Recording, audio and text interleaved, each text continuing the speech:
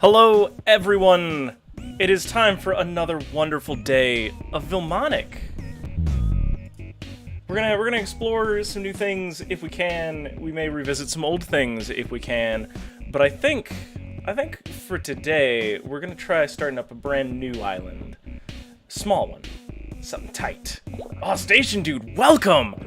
I don't think I've seen you in here for any of these other ones, but this is wild. I've been having our resident expert Lionwave. If I can move him in the Discord. Hello, Lionwave. You're muted. I didn't expect that.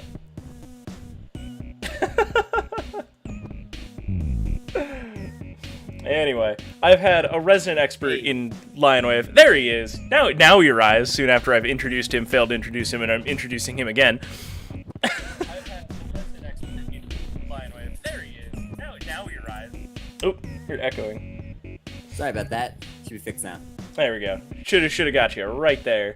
Cool. And intermittently, we've also had developer Mark Bludgeonsoft of Vilmonic. He's not here at the second, but he may turn up a little bit later. Turn him up. I think he's just quiet right now. Make noise. I'm not saying anything. Waiting for him to get all these introductory things out of the way. Thank you. We're gonna be starting a fresh island today, and we're gonna have a lot tighter of an ecosystem. We're gonna be able to watch me do a lot more damage today. So this is gonna be a small one, 22 by 22. I don't think we need the tutorial. Name this game Oh God, what have I done? That You're will really be going for small? going for I mean, small. it's an interesting experience. Just say that much. I talked to Mark about it last night, and he's got me excited about the concept. We're It's very interesting. yeah, we're gonna make a And it definitely fishbowl. encourages you to really like focus on, refining that environment that you have because you don't have very much of it. Everybody can see that this is it. Like, this is the best we got. I don't like being green.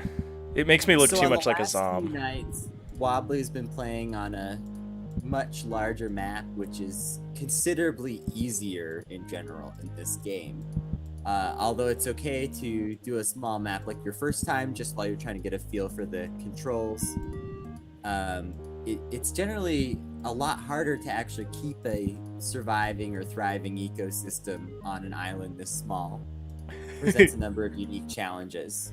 So this is going to be really fun doing this. It's going to be really different than what's been going on. But it's also great just to see it happen because, we'll get to take this little environment from the very beginning and really sculpt it into something interesting, hopefully. The last few nights we've been watching it sort of control itself for a length of time. But this time, oh God. Give me some nice orange slacks here. There we go. I feel like I am everybody's math professor ever.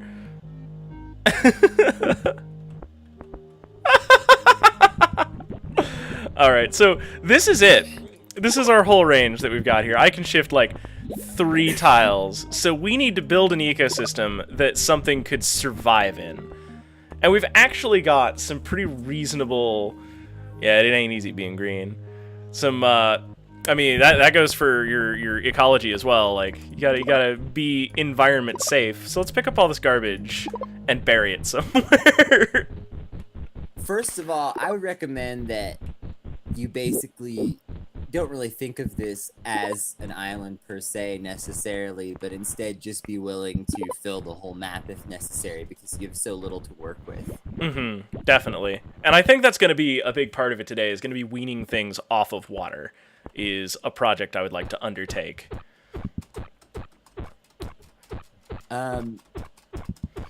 Well, luckily, as you know, I'm quite good at that. In this game.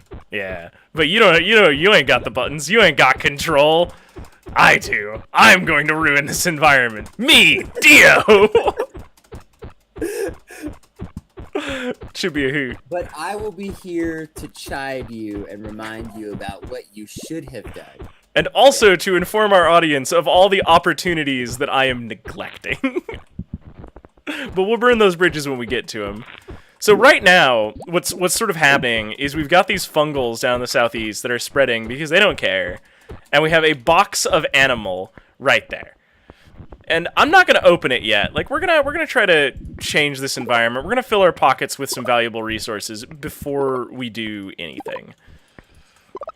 I might even, like, just take all of the fungals that I can so that we can even better control their distribution. Like, we're gonna get wild here. Yeah, Zomb, I know. You're very unhappy that I exist and am alive. I don't respect you or your choices either. We'll have to make him a little spot up in a corner or something. Yeah, as soon as I have all these fungals in my pockets, I'm gonna be able to make fence out of them. Oh no, he's hitting me. With the red brick, so he's just mad all the time. Oh, does he hate those? Yeah. Oh, I should. Oh, wow, he moved twice that time. Yeah, I have to make a hammer before I can get to that. So maybe we'll tag him out. He'd like to jack you up. Oh yeah, he would, but I'm just a little too quick for him. Yeah. How now, huh? I don't want these fungals to spread. I know that seems a little counterintuitive, but I really don't. There we go, we got them all up. Maybe some will grow, but I think we will have set them back enough that they won't overrun the island by the time that we start our experiment. I think you actually wiped them out. Yeah, I think I have eradicated all life that is not in a box. Vivi Redbird, welcome! You are looking at Vilmonic, which is honestly, like I know that this key was provided for me, but this is legitimately becoming, like, the high point of my day. Oh, excellent, we got a radiation barrel. That is a thing that I wanted.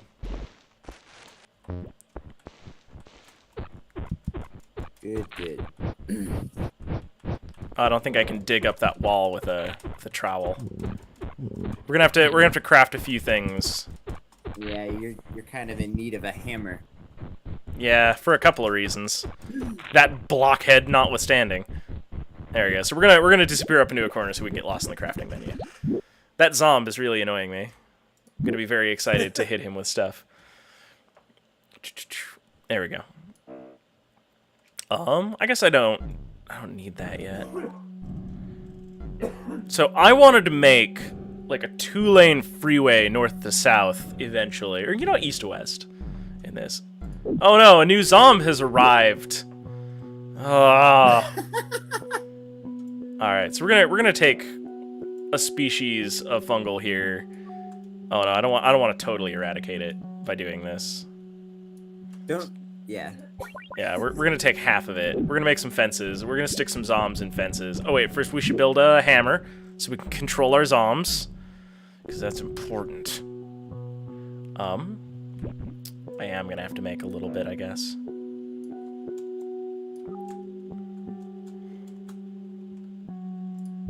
Nope. All right, that's all the dirt. I'll need it. It'll be fine. I mean, it's probably way more minerite tiles than you'll ever need on a 22 by 22 map, but you know. I feel like you're patronizing me here. Is that what I'm hearing? What? What? Are you say that people should subscribe to your Patreon?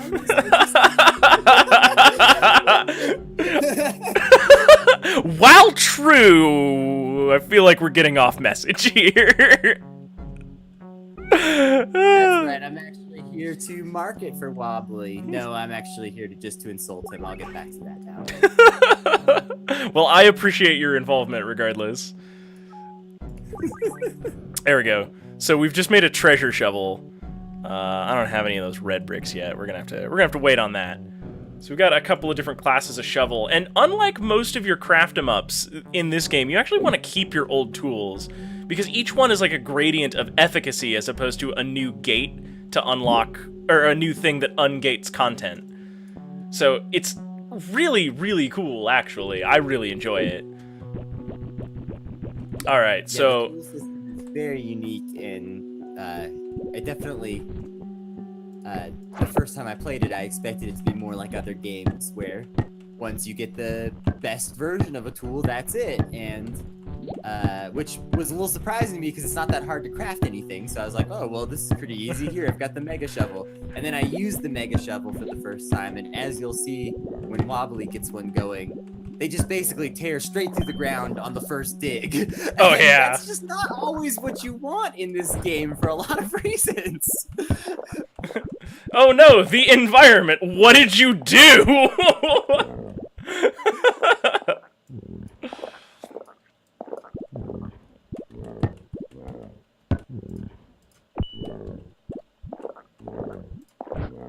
Also, the way that you corral these zombs is to hit them with a hammer. But you want to make sure that you're hitting them with a hammer that isn't going to kill them, because bad things can happen.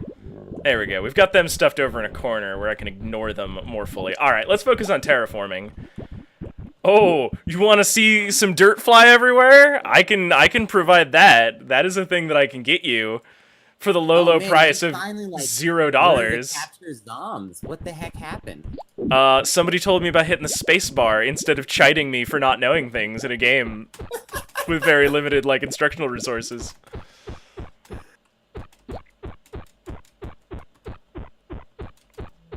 There we go. Now it's filling my dirt pockets.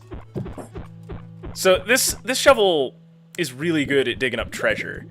And sometimes, honestly, for the most part, you don't want treasure in this game. There we go.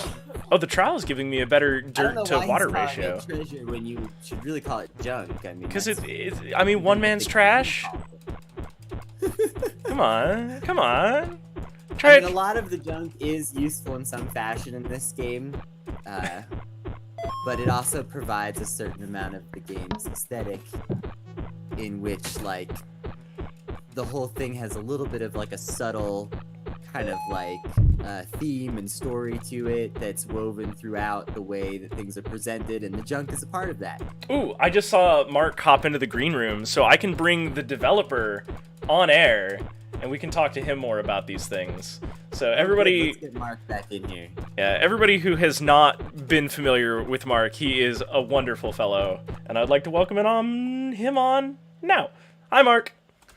Hey. Welcome back to another evening. We've started our small island, and right now I'm just sort of stockpiling dirt from my pockets, and I want to terraform this a whole lot. So that's our plan right now. I want to dry it out pretty significantly. So I'm making some dirt bombs right now.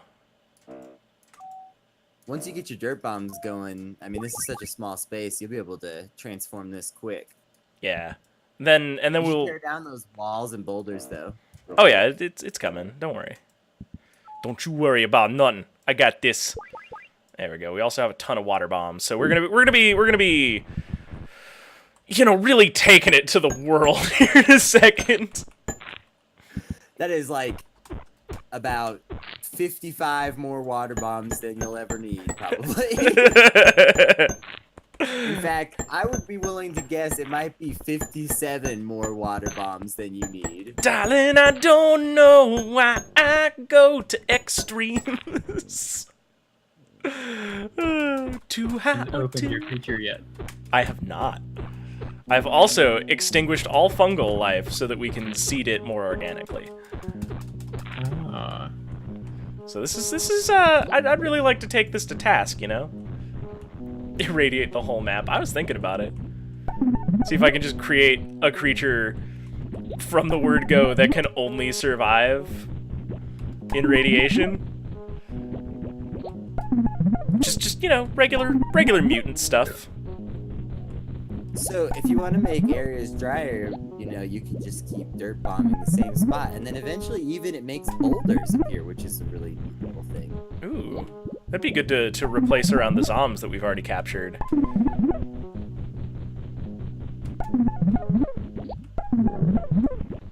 I also want to make sure that it's very dry around the zombs, because I don't really want my anims to get too close to them. There we Probably go. For the best.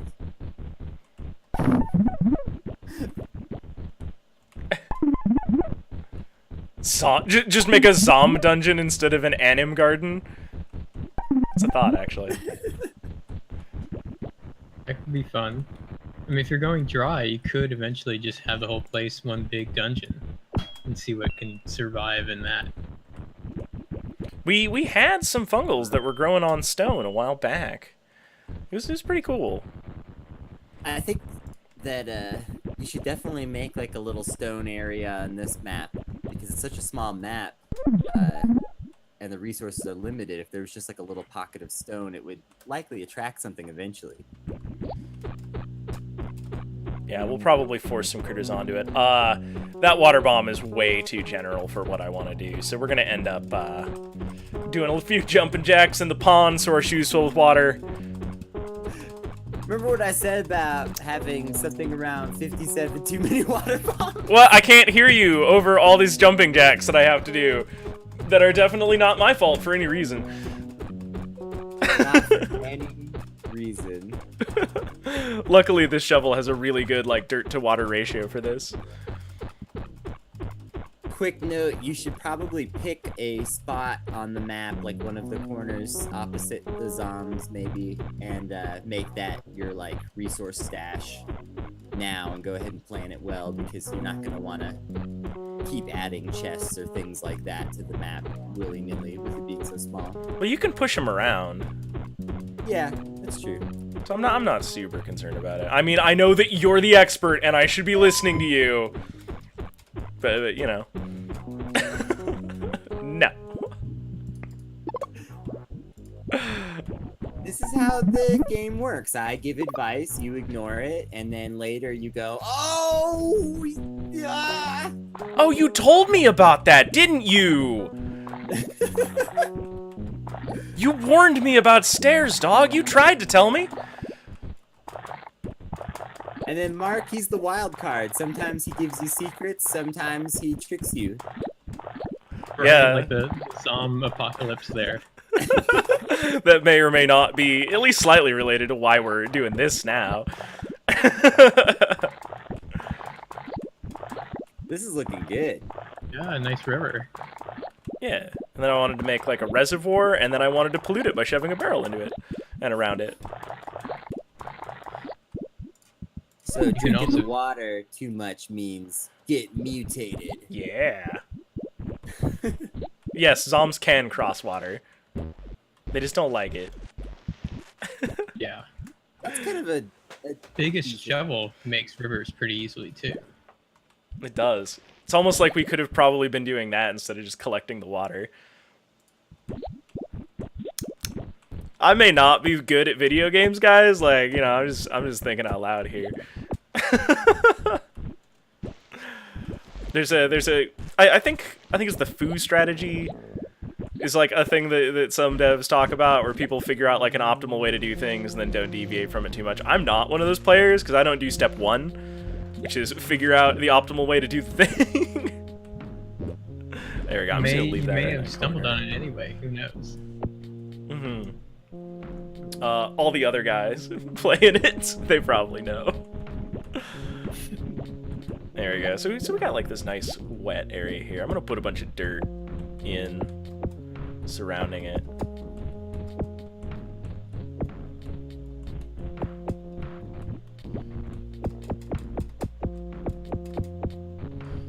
There we go. I wanted to irradiate what is probably going to be seen as the most fertile ground on the map, so that we get more rapid developments and more incentives to try to push out of it. Because one of the things we experienced in the Wild West was things forming a stable ecosystem between the fungals and the waterland, and then kind of just hanging out. There's nothing wrong with it. It just, I don't know. I didn't like it as much. There were definitely times that, you know, we really wanted things to evolve and they would not. No, they were hard refusing to do that. There we go. I'm really enjoying letting the bombs do sort of the fine detail work.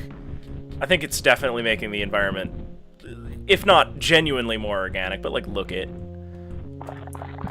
Yeah, for sure. I like to take that tactic a lot, like use bombs to kind of like rough in my environment and then go through and like hand sculpt all the little details that I want.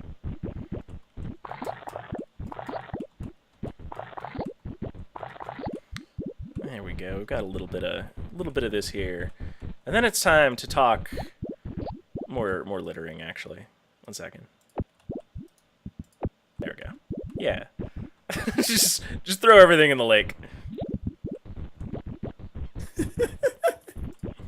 It is interesting that you all are doing the kind of more organic look, which is pretty cool. I've seen some screenshots where people just do the opposite, and it's like it looks like some kind of mega farm from the far future.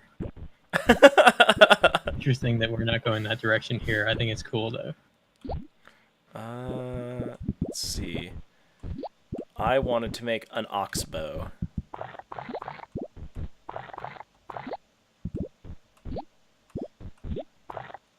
There we go. That'll do. Good enough. That's reasonably wet. So I'm assuming that our creature may be amphibious. I know that that is not guaranteed in any way. Oop, I disrupted my river. There we go.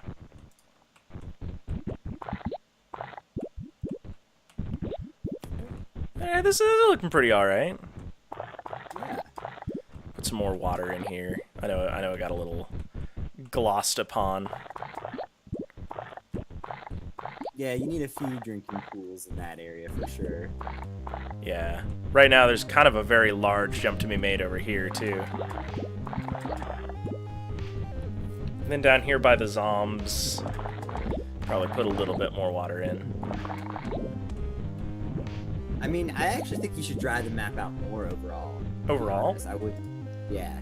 Especially with your stated goals, like basically like you should have just enough wet environment to support wet creatures, but the overall environment should be like somewhat hostilely dry. It's pretty arid here in the south, I would think. Yeah, I mean this area is pretty swampy, all below that arid section, so like there's a lot of water above and below and within it, so there's really no shortage of water. Like a very water loving creature could still survive in that dry and never really adapt to it That's true. that much.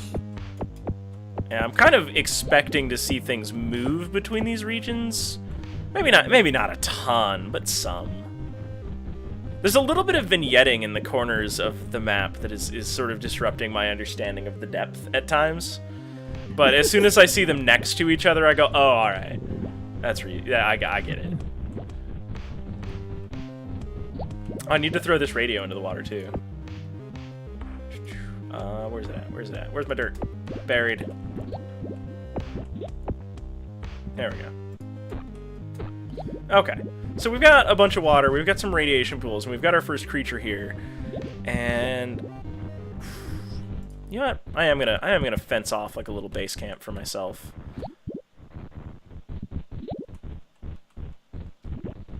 You're gonna need like a teeny tiny bit of space just to put some stuff eventually. Yeah, we'll put it up in this corner where a lot of the superfluous wetland is. There we go. Where is... I don't want to fence it off entirely, just because.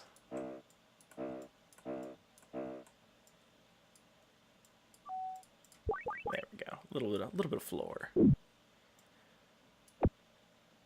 It's more about just planning these things so that you don't disrupt some ecology later. Like, I would not.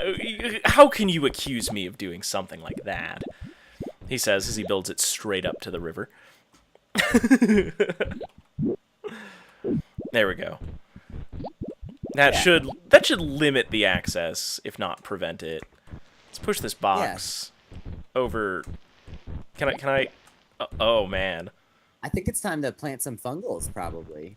Oh, you mean before we open the box?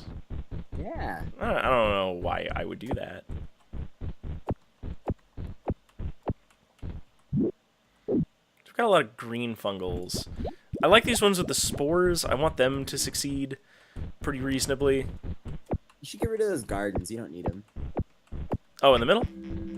Yeah, just make everything survive on its own. Yeah. For anybody wondering, gardens have like 100% fungal success rate. Like, you will definitely see whatever you plant there grow. And then these had propagated very rapidly before, so we're going to push them up into a corner also. I want these things to sort of grow apart from each other, but not completely. And that's why the river doesn't completely cut across the map. I wanted it to be able to develop around that south side if it can survive the radiation.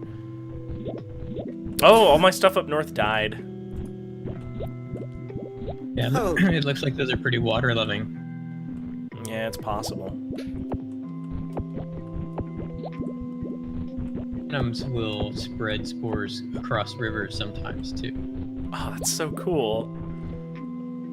All right, we've got They actually fungals put them growing. Nowhere near our anim. So let's put a couple down there. Gardens. I'm working on it. Give me a minute. Yeah, I am. Hush. Silence, guest, valued though you may be. Well, I want just like a little bit of food to grow, and then I'm gonna start them out here. The reason that I picked these up earlier is I didn't want them to propagate across the entire map. It makes it a little harder to do your terraforming, although not very much. Yeah, it just means there's an extra step in the middle. It also makes it a little easier because you're not fighting with the with anything at any time. Yeah. You know, I don't have to worry about digging up all the whatevers. Yeah, I'm gonna spend another dirt bomb down here.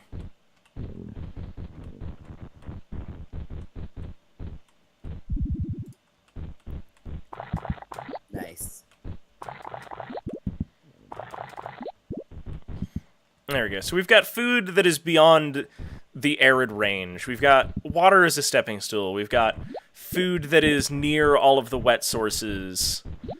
Well, not all of them quite yet. What's the northwest corner look like? I forgot. It's reasonably dry, but still more moist than the southeast. Like a lot more. No, I'm gonna let it go up there. I think it'll be fine. Like I don't want to monobiome completely.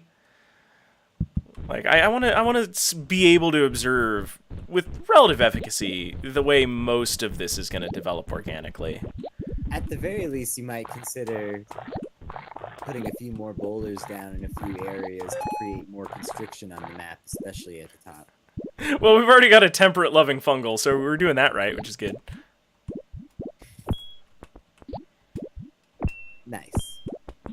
Oh yeah, we do. Okay. Yeah, this map is looking still a little challenging. Kind of imagining all the food just getting eaten up. That's the other thing. The other reason that I didn't want to let the fungal grow out of control. I didn't want it to do that thing that it did last time, where it evolved entirely without any sort of predator. And could not sustain at all. You know, relatively blank slate. Alright, we've got some food developing. We're going to open the box now, because it has been half an hour of us just farting around with this. Let's do it. Let's do it. They're just kind of down there in the stands. They're the bystanders. We got Codoibus haply. Now, I spawned it in radiation, so we'll see what that does. But this is an amphibious animatroid with moderate sensory perception and a somewhat fast metabolism. Individuals prefer a moderately wet environment and may be aggressive. So we're off to a pretty interesting start. Like, he keeps irradiating himself, too. We're gonna scoop up one of these eggs as soon as we can get it, though. There we go. We will preserve this egg. Excellent. It begins, everybody. Oh, you just saved it. Yeah, it was going for it. It really wanted to kill the first and only species. Attempts were being made. I'm not sure those fungals are gonna be doing it either. I mean, please shoot your spores out, bud. Let's take a look at its brain. It does not like motion when it is hungry, so it is not, like, urging towards predator. It doesn't like motion when it's stressed out either, so it's an herbivore. It's got some flight things. Oh, and it died. Everything is dead. Oh. We do have the egg, and I assume that's why we are not getting any sort of fresh shipment yet. I'm gonna put the egg down where there's food. That seems like the choice. Dang it. Might be good.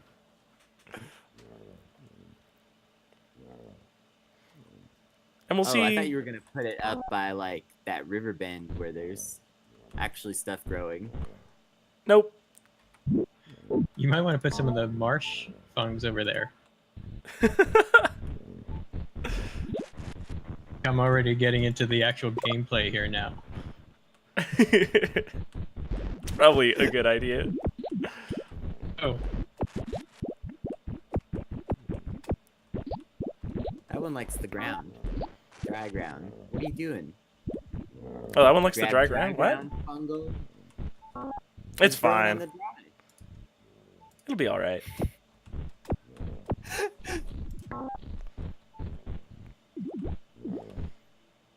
Maybe this guy will irradiate him a little bit himself a little bit less. Can Wobbly manage to grow enough food for this poor little guy? Or will it evolve first to eat less food? You're gonna evolve the first anim that doesn't eat.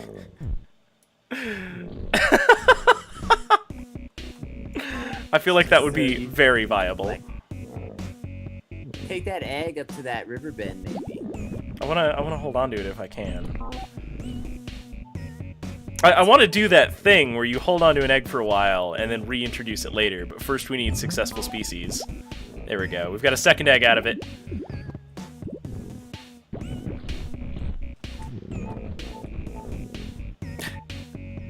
See how the only place those fungals grew was the drier land? Nope.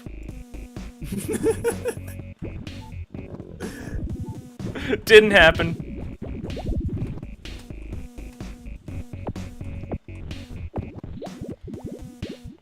There we go. So we've got 2. It's not super stable yet, but I feel like that's a reasonable success. Alright, here goes. So this is part of the game, everybody. Like, oh no, the young one died.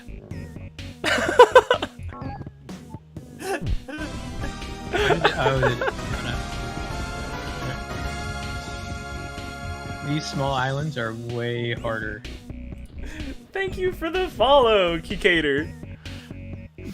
This is Vilmonic. If oh no! Don't you eat that! Oh, he ate it. Well, that's another species dead. I don't think he's gonna reproduce for a 3rd time. Although he's middle-aged.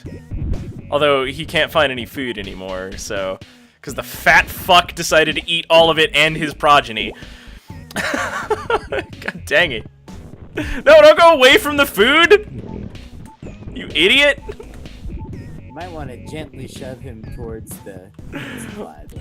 Oh, it happened. I very gently shoved it.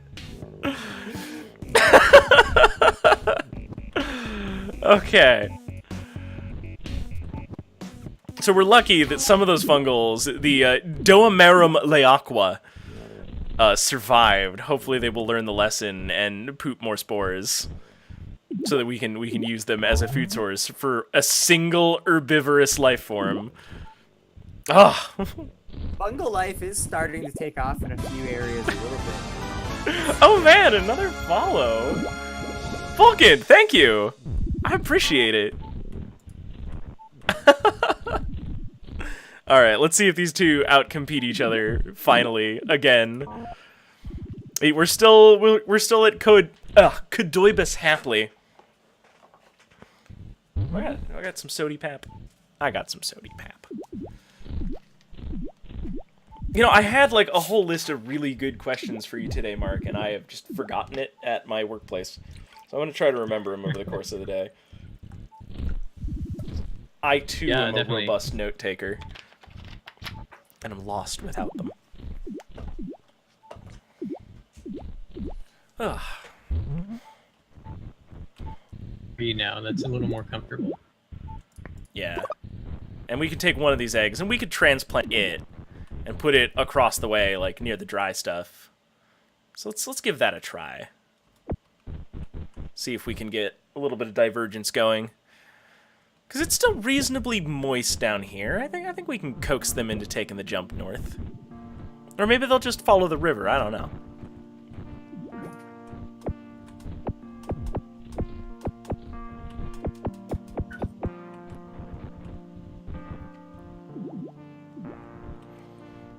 Although, yeah, I'm gonna let it choose whether or not it ate its own egg. Is there a way to curtail that behavior at all? Because that has been a theme all week of no, don't eat that. Yeah, the one thing is if they have a lot of fungs around, they'll eat the fungs first. So that's kind of, you know, a good thing is to have a lot of food for them around. Well, we definitely have failed at that. Also, Vulcan, to answer your question about what a follow does, a follow is it puts you on sort of the mailing list. Don't eat it, don't eat it, don't eat it. Good. For whenever we go live and whenever we have a new thing that's going on. Oh, here we go, new species, Hamsplee. Right there. We got V2. It finally happened. see if we can pick out the differences, and then we'll go back to that that explanation. But I want to capitalize on this moment before something can either eat it or it dies. It is realize, you know, half as fast. there's a radiation that's helping that along so fast. Mm-hmm. Yeah, it's really enjoying the radiation, I think. It's hanging out in it. Oh, we finally got our OG to expire. Interesting. It's a pretty long-lived creature. Mm-hmm. For a starting one, yeah. Just don't eat the egg. Yes, eat the fungs. Go drink a water. That's a good idea. Yeah. Have a sip.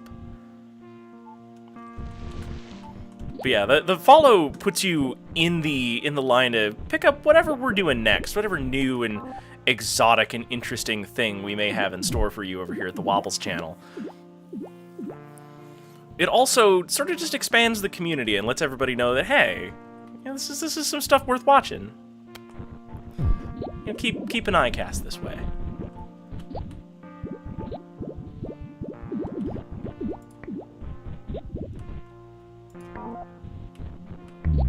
I kind of saw that coming.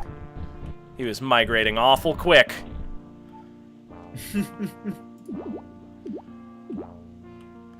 We got about 5 going on here.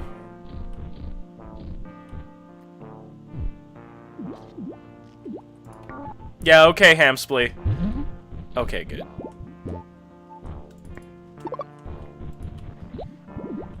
was gonna take this away from you.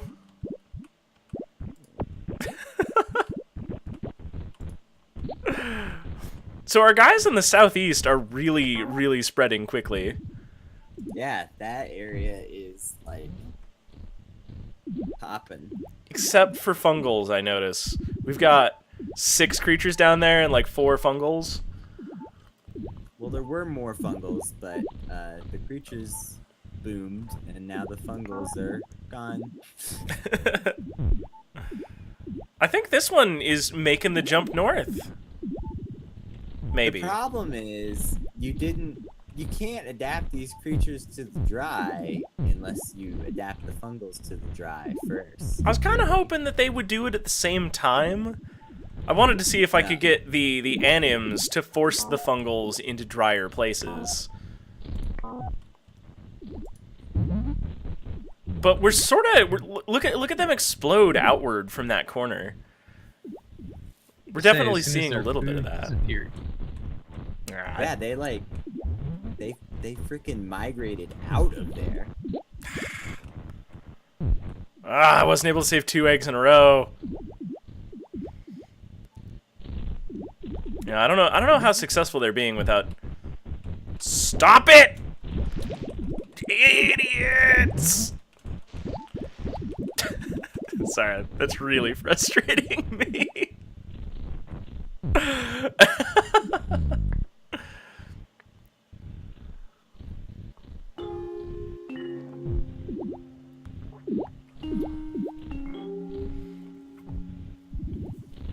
I mean, all of this suffering, it could come to an end. It could. I have 2 kinds of hammer.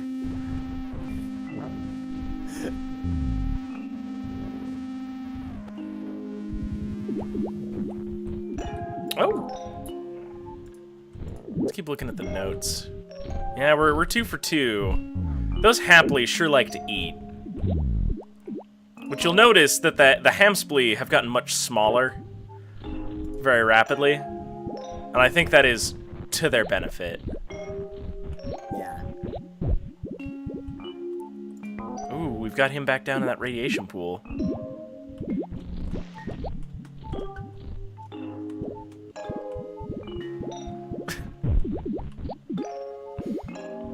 Oh, please eat. Okay, good.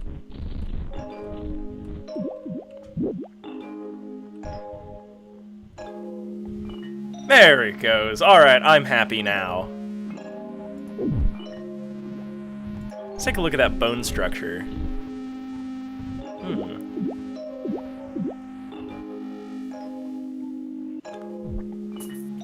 It's got a really flat base, no legs.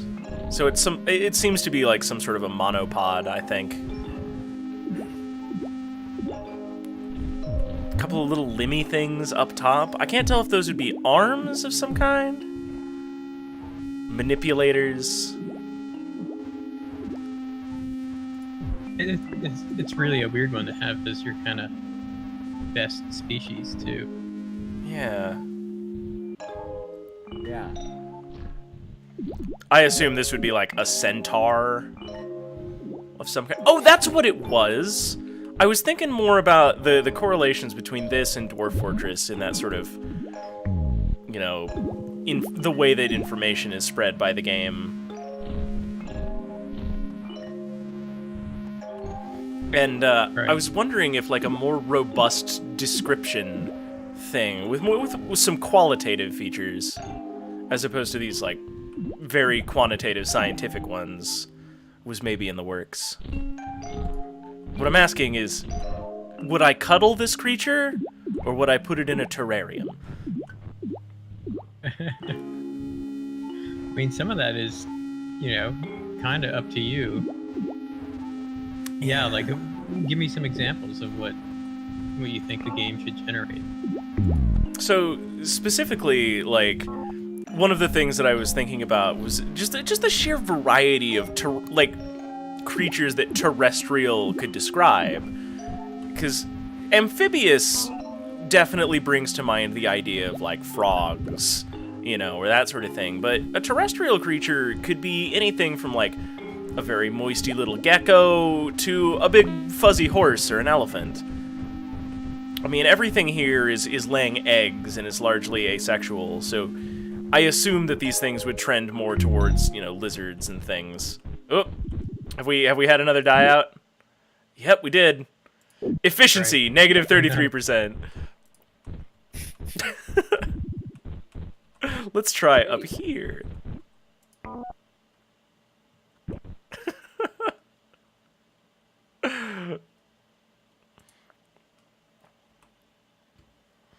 Yeah. That's sort of what I was thinking about, Mark, today. Yeah, I've had some people suggest it'll be fun to also be able to come up with like non-Latin names for these species. You know, the common name, to be able to type it in. And I think stuff like that is really cool. Dog. Cat. So, you know, the Codoibus, whatever, you could call it the, you know, cat. I think being able to type in stuff and change those is definitely going to come, because I think that's cool and allows people to add more creativity. Mm-hmm. And there's already so much room for that. I was going to put them up on stream and I forgot to save them beforehand, but Vulcant55 over on his Instagram, which I believe is still at Vulcant55? He's in chat. He can correct me and it'll show up over there somewhere. But he did these amazing watercolors of some of his fungal species by inspecting them and interpreting the bone structure and then sort of extrapolating it out. He was talking about it in the Discord, and I thought that was super neat. Yeah, at Vulcant55.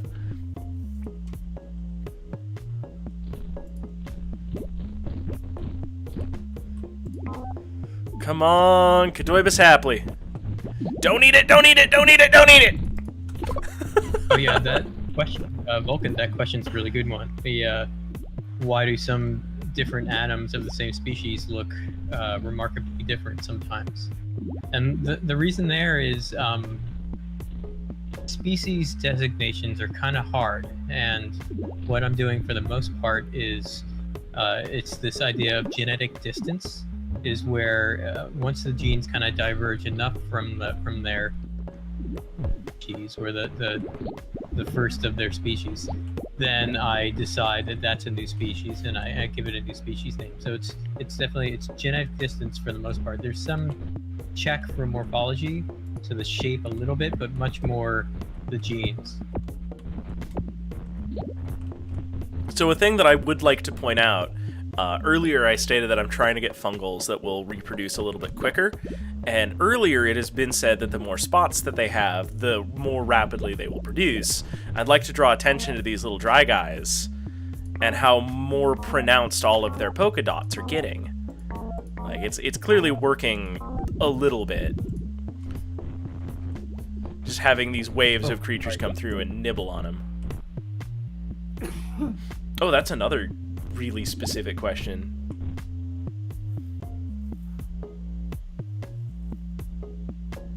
Did we lose you, Mark? No, I was just seeing that. No, I actually I go through each usually and check the distance, and then I have an overall threshold also. And there's a check for, if any individual gene diverges a lot, even though the other genes may not, then that kind of crosses the threshold. Or if there are a lot of micro changes that diverge, then those can cross the threshold also. And then, then we get into the morphology, and if the morphology is different enough, then it'll cross that threshold also. Well, engineer nerd questions or biology nerd questions, which are fun. Oh, there we go. We've got a mutation that is one of the things I'm looking like quietly over here in my sub list of stuff that I want in a critter. It can be aggressive, which is fine, but also it can see much farther for the resources that it needs. So as soon as we get an egg for this one, it's definitely one that I'm going to try to expand out. Yeah, that's a strong enemy. Its metabolism is a little fast, but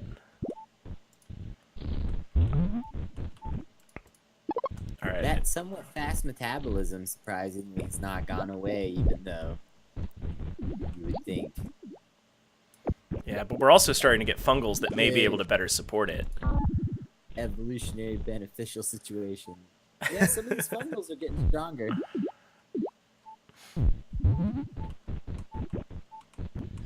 Don't eat it. We are kind of helping them too, so. Yeah, but that's sort of within the range of tools that we have. It's to guide them in the direction that you think will be successful. You don't want to create creatures that die in just a couple of seconds. At least I don't. And you want to. There's a lot of these small islands. There's a lot of hand holding in the early game, a lot, because it takes a while to kind of balance these little ecosystems. I don't think there's enough water up here for things to eventually get up here and flourish. Yeah, it'd probably be good to have a couple of water sources further up in the area. Like you're doing. There we go. It's easy enough to just kind of walk over and there we go. Put a water wherever a creature might need it. Yeah, this Hamsply split from the Haply. Oh, Hakorum is new. These are also some reasonably little small boys. I mean, they're pretty big. I don't know why you're calling them small. They're just like getting slowly smaller. Yeah. Yeah. They are definitely smaller than those big ones we started with. Yes. It's all relative. Hopefully, though, maybe you'll evolve some, like, tiny boys for this small island. It's entirely possible. This guy is not enjoying his environment at all. I don't want him to die of stress, but he also is going to need food at some point.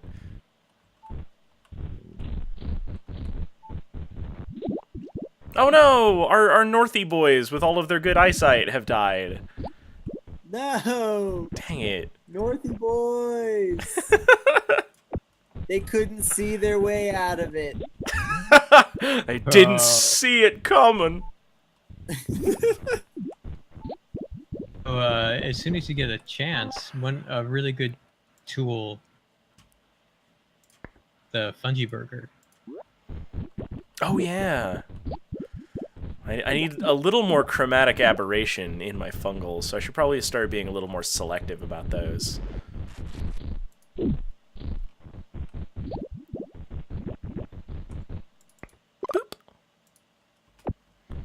Put that right back down.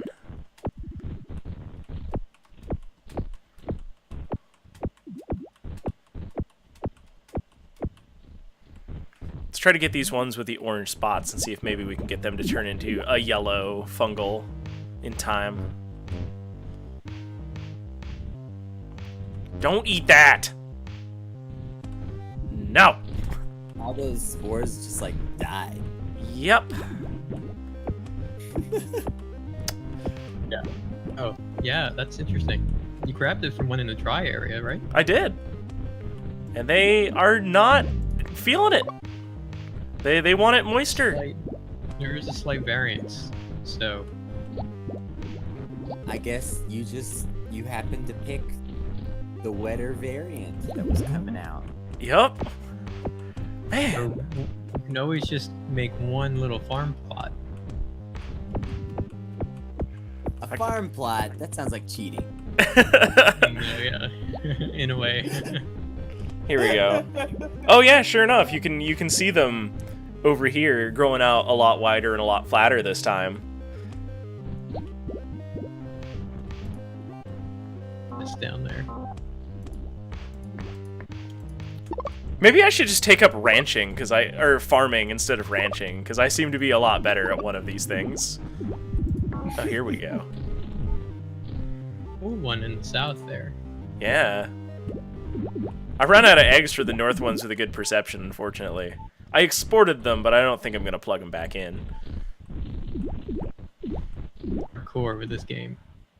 No cheats. No cheats.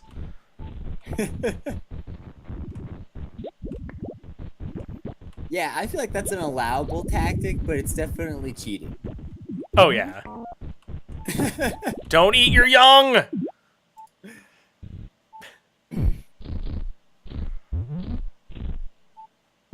Pretty good in the northwest.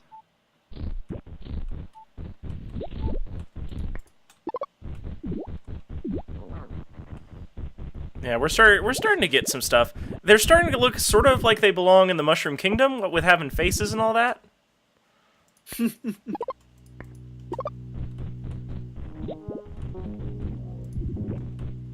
Yeah, those are some very expressive fungals you got there. I'm pretty excited by them.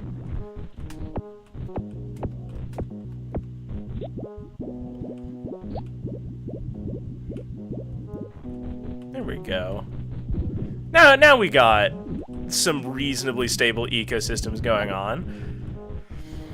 I'm hoping to sort of get creatures that run laps in their evolution, sort of. Like, if they can cross this up here and get up here, then they'll be able to find the things over here and then get back down over here and just gently adapt in each direction every time they go around. That's why I wanted to keep it not too extreme. Well, but I think the problem is going to be, and this is why I was recommending make it more dry, is that I think long term, to make a small environment like this successful, it's really best if it's mostly kind of one environment. What you have here is like a really mixed up thing that, like, it might encourage these populations that sort of like adapt to one area and then try to move and don't do so very successfully, or basically, like, in other words, though, they might even be successful, but they might just skip over the dry area every single time is another thing that could happen. No, that's true. Maybe these fungals that I've finally managed to get going in the center here will be strong enough to grow up into the extra dry spaces. Since it's only one tonal shift.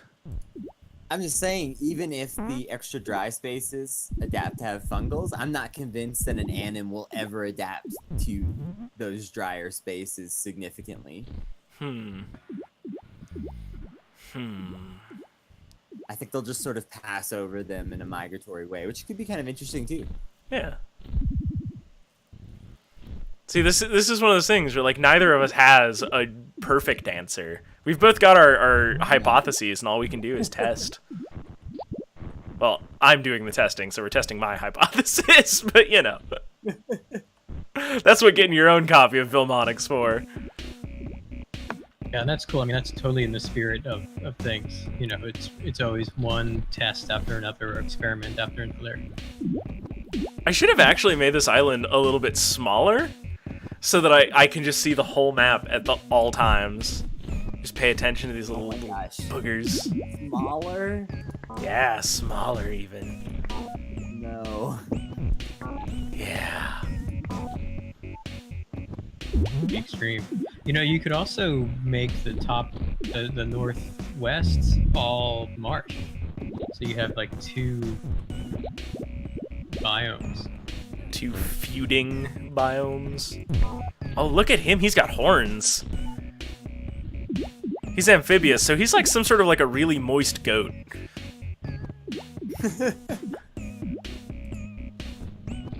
With 6 legs. 6-legged moist goat. Like a water sluggalo. Water sluggalo. Alright, yeah, Mark, no, we definitely need to be able to make common names for these things. Exactly. Yeah, we totally need that now.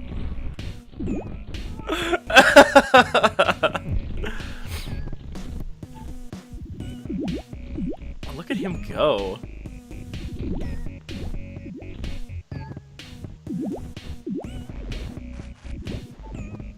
Stand around in this radiation. So let's take a look at our families that we've got here. We've got oh, it's all one thing, basically. And then there's that guy, the little pink guy in the southwest.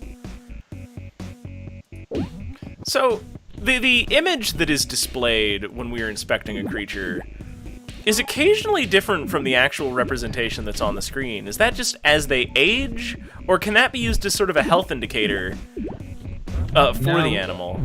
What that is the one from the species history is actually the first of that species that you're looking at. Oh. So you can kind of see how much the current one has diverged from that. That's wild. Before it becomes its own new species.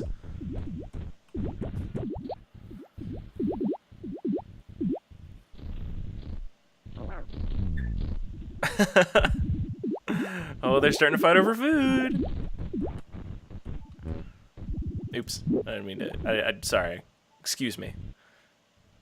Oh wait, that's interesting.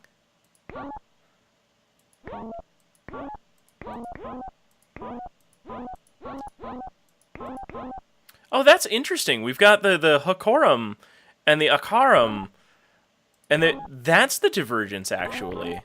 Oh my. All right. Yeah, spread them away from each other, and now we can have 2. They'll probably evolve into 2 very distinct, different creatures. Mm-hmm. Oh, he's doing that himself. I don't have to shove him at all. He's definitely moving into much drier spaces.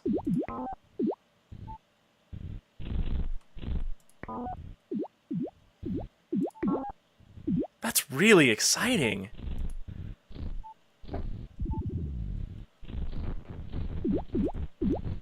Yeah, I think we're starting to get enough fungal life to sustain some of these critters, except for maybe this guy.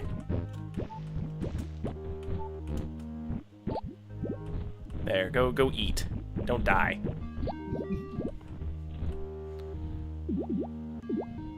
All right, let's see what we can do about some of these funky burgers. So we need orange, green, red, and yellow. Yeah, that's gonna have to wait. Last time they're almost yellow. Yeah, they're getting there. Ooh, take some of you. And they mutate faster next to radiation, just like.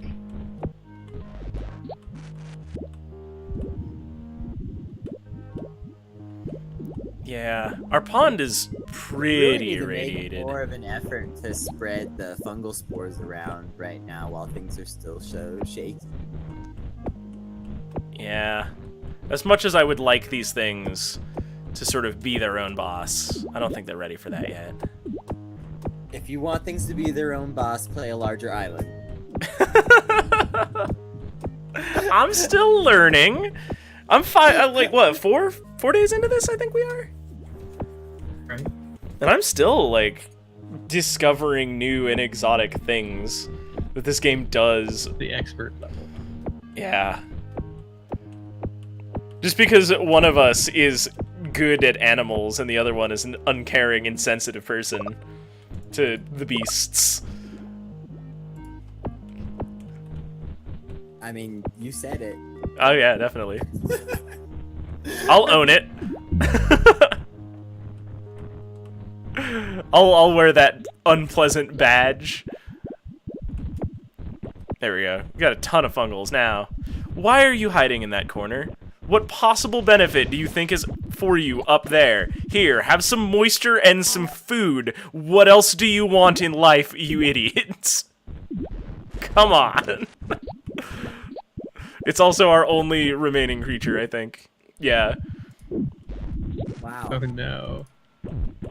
This situation went downhill fast. Yeah, we had a boom and then a bust. Alright, fungals. Let's just go ham with you. Get absolutely crazy. I don't see that there's a lot of other choice. Yeah.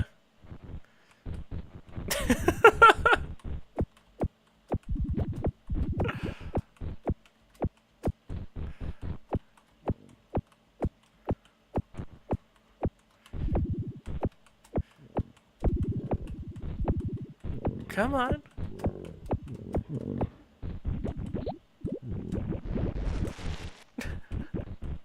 I just gotta shove it away from its egg aggressively. It's still going for it too. Okay, good. We have a second chunk of the species, and we've got some of those faster breeding, more aggressive fungals really spread everywhere. Like maybe we can pull these guys out. I really don't want to have to get a visit from the oops, you killed everything doctor. Although, have we seen that on screen? I mean, We have not. I just don't want to fail that way, like on a personal level. completely diverged from whatever showmanship I may have. those like 4 little dots of water below the reservoir don't really do anything. You should turn a couple of them into swamp. Yeah. Every tile counts when your map is this tiny. Hey. It's true. I'm You gonna know, put a garden in. maybe bigger areas of the same type of terrain might be beneficial. Yeah, we might I mean, want I've to. made type of suggestions before, but you know, Wobbly's gonna soldier on with his plan. Yeah, we might need to monoculture some things.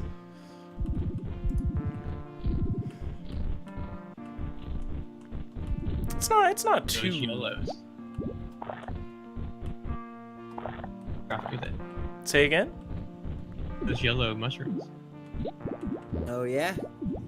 Yeah. And I drowned one. Great.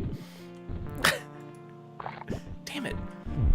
I know what it is. I keep not holding shift when I should be holding shift. Ah. Ah, also maybe bah. Oh, there we go. We're starting to get some real yellow fellas. Don't eat that. There we go. Oh, are you yellow yet? You're yellow! Yay. I'm gonna take you to another moist area away from the anims. See if we can't get a few more of you. Because if we can get these up to like orange, I'll be very happy. Because that puts us one step closer to being able to make a fungi burger. Wait a minute. Where'd this life come from? Yeah, where'd that anim come from?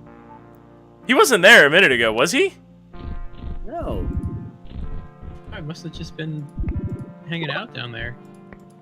He must have like migrated down at some point. And we just didn't see it happen. An egg down there a little while ago. Wait, did you do this? I mean, I had to have at some point. That's just how this game works.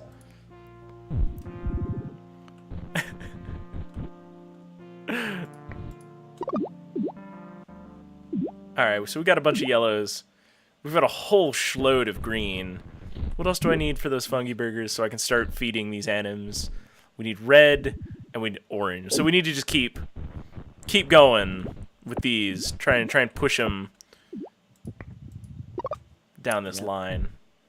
Right, so those yellows, just look for any that mutate a little bit more orange.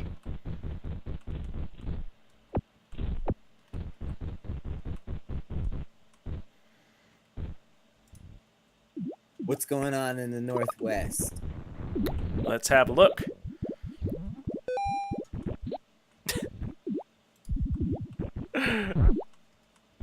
Truly, my legs. Life is happening in the northwest, as well as maintaining the tradition of eating all of your young.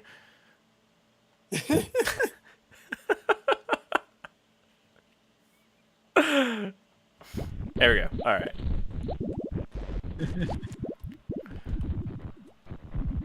All right, we're getting some good life down here. It's doing it. Ecology is forming. You finally have moved into a slower metabolism creature, and also you've planted fungals at last. We had fungals, they just weren't doing. Like 4 at a time. No, we had more than that. What does the drone do? It's a great question. I mean, I've got a hammer. We could just show everybody by force, but I've just gotten so far.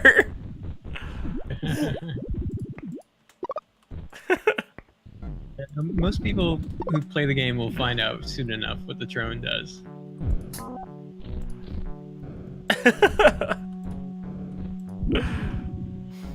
I kind of wish that we had like the full species readout for all of the fungus too, but like there would be so many. Tree is gigantic. I bet. And I think I might try to figure out a way to get it in there.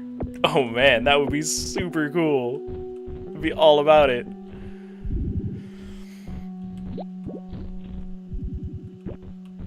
I think it's a great question to ask if we should be worried about drones. I mean, drone technology is all around us now, and, you know, we're really not considering all the implications of it, so thank you, Lolar. Was there a South Park episode about this?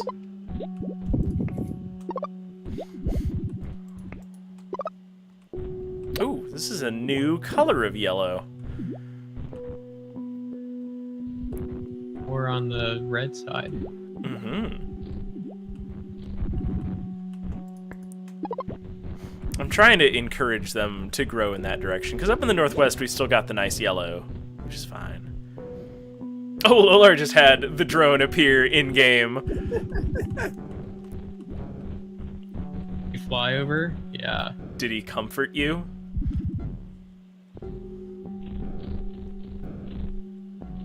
Did it make you feel safer?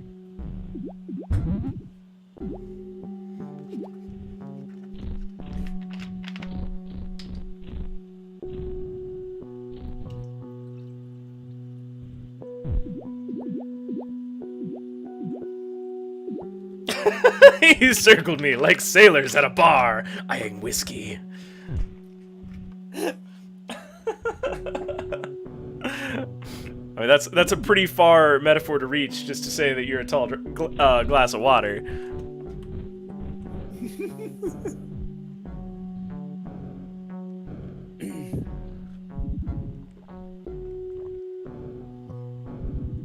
Oh, this guy's getting more wrinkly. Oh, that's a pretty cool one. Mm-hmm. Very interesting.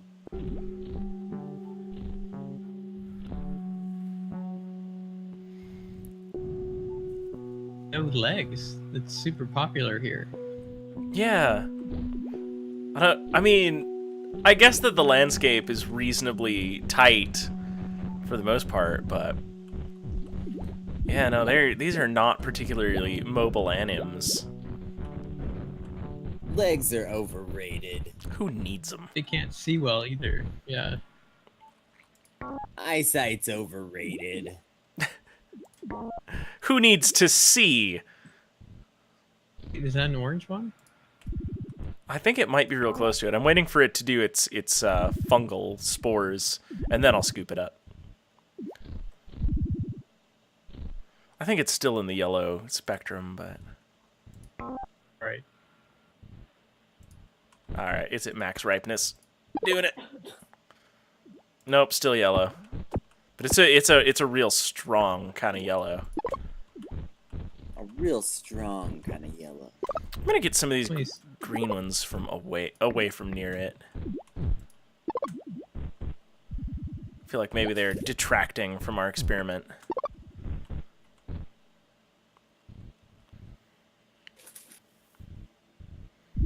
They're spoiling the aesthetics of the orange-yellow mushroom. I require my Also- mushrooms to be beautiful. Valuable real estate. Mm-hmm. Especially when those spores go off, you really want them to spread.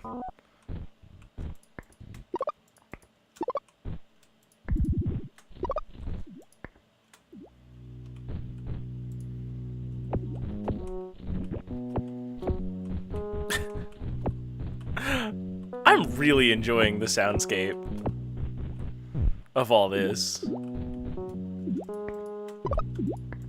Every time the music kicks on, like, it's exactly, yeah, it's got like exactly enough groove to it.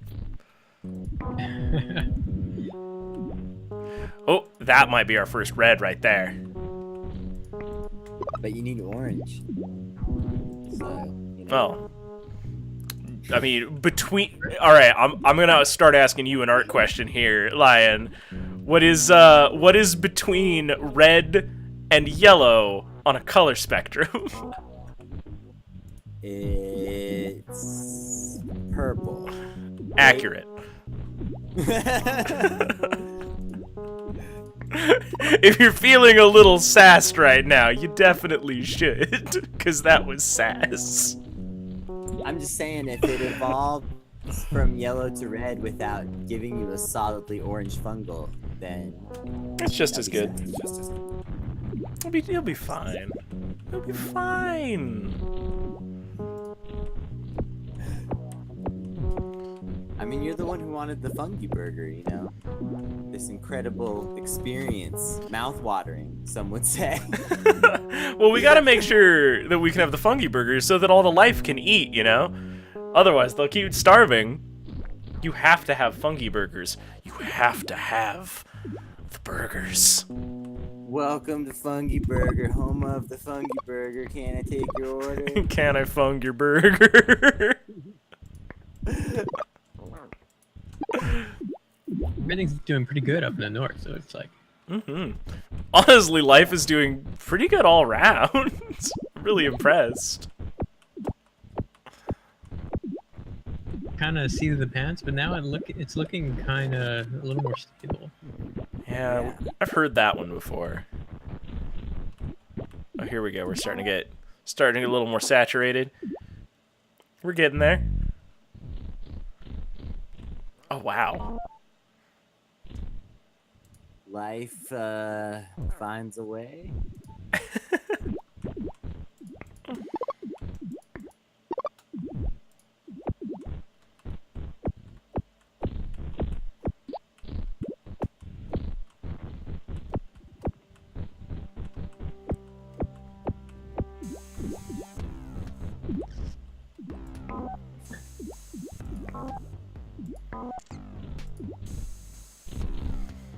Look at those fungs grow. So pretty. Yeah. Oh, they're growing pretty fast too. One of the things really interesting to me is over there on the west end, south of the big marsh pond, we've kind of been seeing like a big die out of fungal growth, prompted by.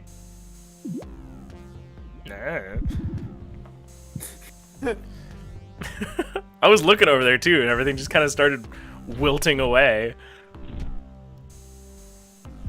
Didn't get grazed on super hard. I think it's part of it is they if you speed up the simulation, you'll see they kind of the fungs still kind of migrate out in like kind of mushroom rings almost. You can speed up the simulation? Yeah, you haven't figured that one out yet. No, I have not. As he checks the settings. Remember, the only way to change the simulation in this game is from within the world. That's right. Huh. So it's actually a... Go on. Anymore. It was running super fast, I felt like, last time, but I thought it was just our critters were a lot faster. Also, we just got some orange fungals, so that's good. Oh, very good. I'm gonna transplant them. And then forget about them for a while.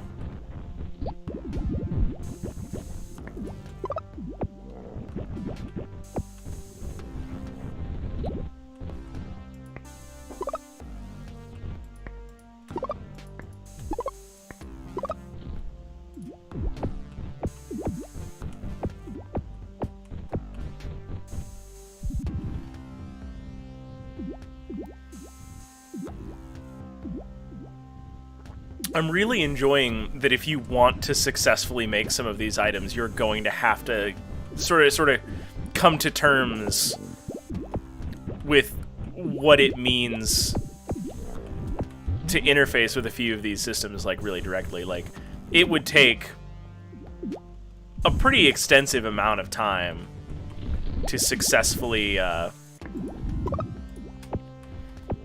accidentally get these different colors. Like, this selective breeding just on its own in the wild could have taken, man, a long time. Right, and you've done it pretty fast here. I mean, we only have one color left for the thing we want to make. Yeah. Oh no, now the orange isn't wanting to grow over on the east side. Like, something has changed in the color shift from yellow to orange. Yeah, that might be a drier species.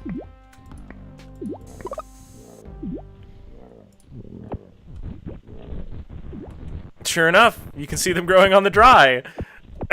Oh, you fickle fungs! Yeah, you can see it's definitely got less wrinkles, so... Yeah. The previous species, these yellow ones, were very, very, very wrinkly. Almost goopy looking, if you ask me. Because they were on that little dark green area.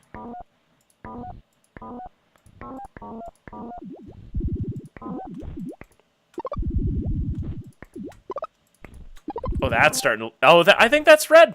I think that's going to be red right there. I'm going to let them grow, though.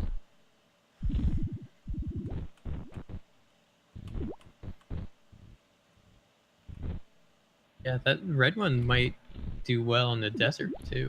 In the tundra. Mm-hmm. Oh, no! No! It never did its thing. It never did its thing. Oh, lordy. Why? It was a failure. I wanted it to reproduce on its own. And then my hubris. This is what I got. The hubris! That one might have... was a weird mutation that probably could have done better in the tundra. Yeah. It was very smooth.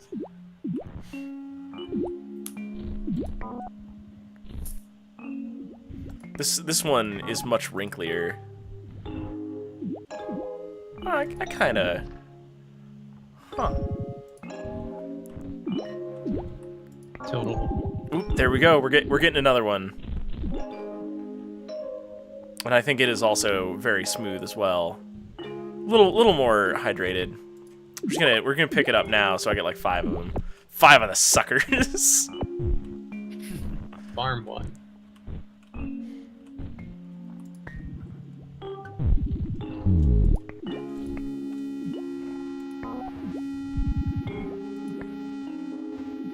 Wasn't quite ready for the tundra. Nope. There we go. That one naturally reproduced. That was a thing that I wanted it to do. Also, I really like pink, so we're gonna propagate this thing pretty hard. There we go. So that's red, I think. Yeah. So we've got our yellows. We've got our reds. We've got our orange. You also have an inventory that is like super full. Don't judge my full inventory. And then some judging. green. I know, you're judgy Jason tonight. Oh, these don't stack. I can only have one. Oh, jeez. The mighty fungi burger. There can be only one. You ain't kidding. These things are mighty, and that is a full inventory. Let's see, what does it take to make a crate again? A lot of the yellow wood.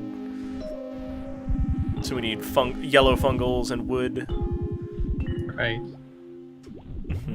Which means now I gotta find slots to put all those things. So let's go play with these fungi burgers. Let's see what happens when we feed something one of them. Something I really like. Like this guy up here.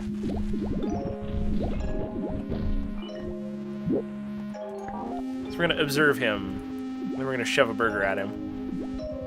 What? What do you mean, no? Do it, darn you. Oh, I ate it. Yum. Delicious. I guess he doesn't need whatever it is offering.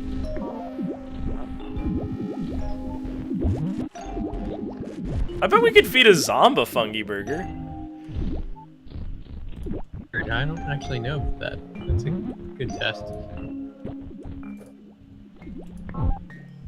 Yeah, no, my little man doesn't want to feed any of these things a burger. All right, well let's unleash a Zom. Oh, I have to put it down. That's why.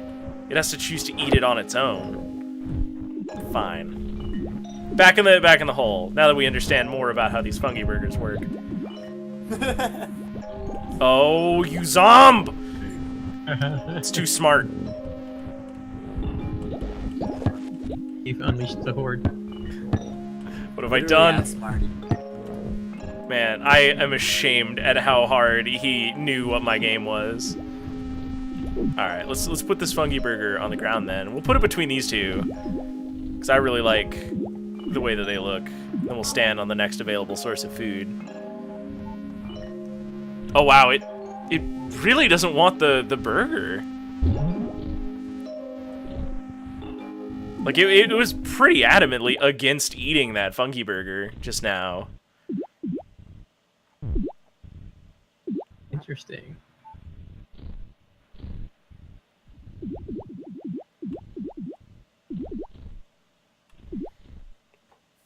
Huh.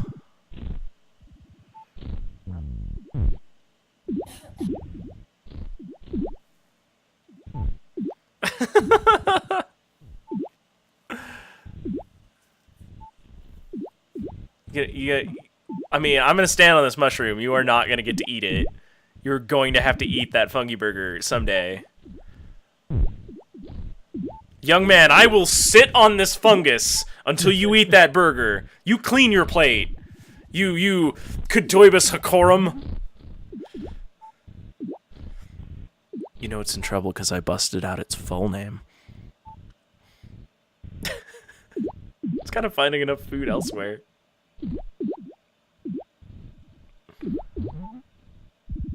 No, it just super doesn't consider it food. You can see the green bar on the south direction for it. And these just... Oh, no. Go on, Mark. It's interesting that these aren't wanting it. Oh! It nibbled!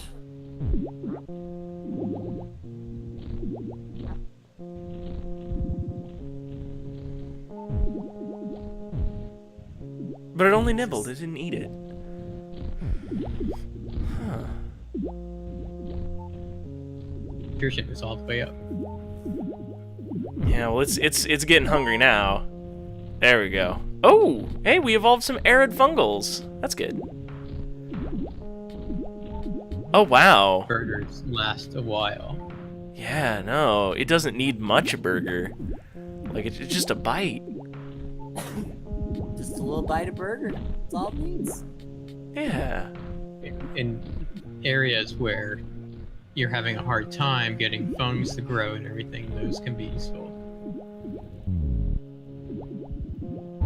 We don't really need them. Yeah, now that we've got all these fungals doing their wild, mad thing. I guess if I was going to sequester them off into a very small, very dry place, like maybe over here next to the zombs, it'd be super good, but as it stands, we've developed a very thriving system. Yeah. Well, heck. Yeah, it's funny because they're all very slow metabolism too. Uh-huh. It's alright. They'll get through that burger eventually. I guess that does mean that maybe we can start trying to dry things out a little bit now that we have like a guaranteed food source and we don't have to really rely on arid-loving fungals. So maybe we can finally start making Lion's wishes come true. I mean, it's not really my wishes. You're the one who said you wanted it to be dry. And then I said, no, not too dry. And you said, what is this half-assed business? I was there. I remember it.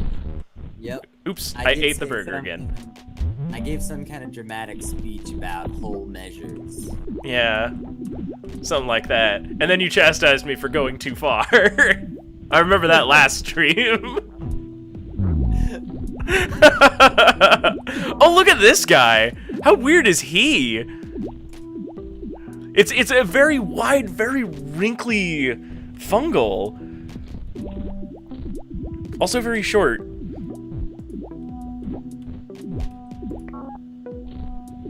We've created the Danis Devitus fungal.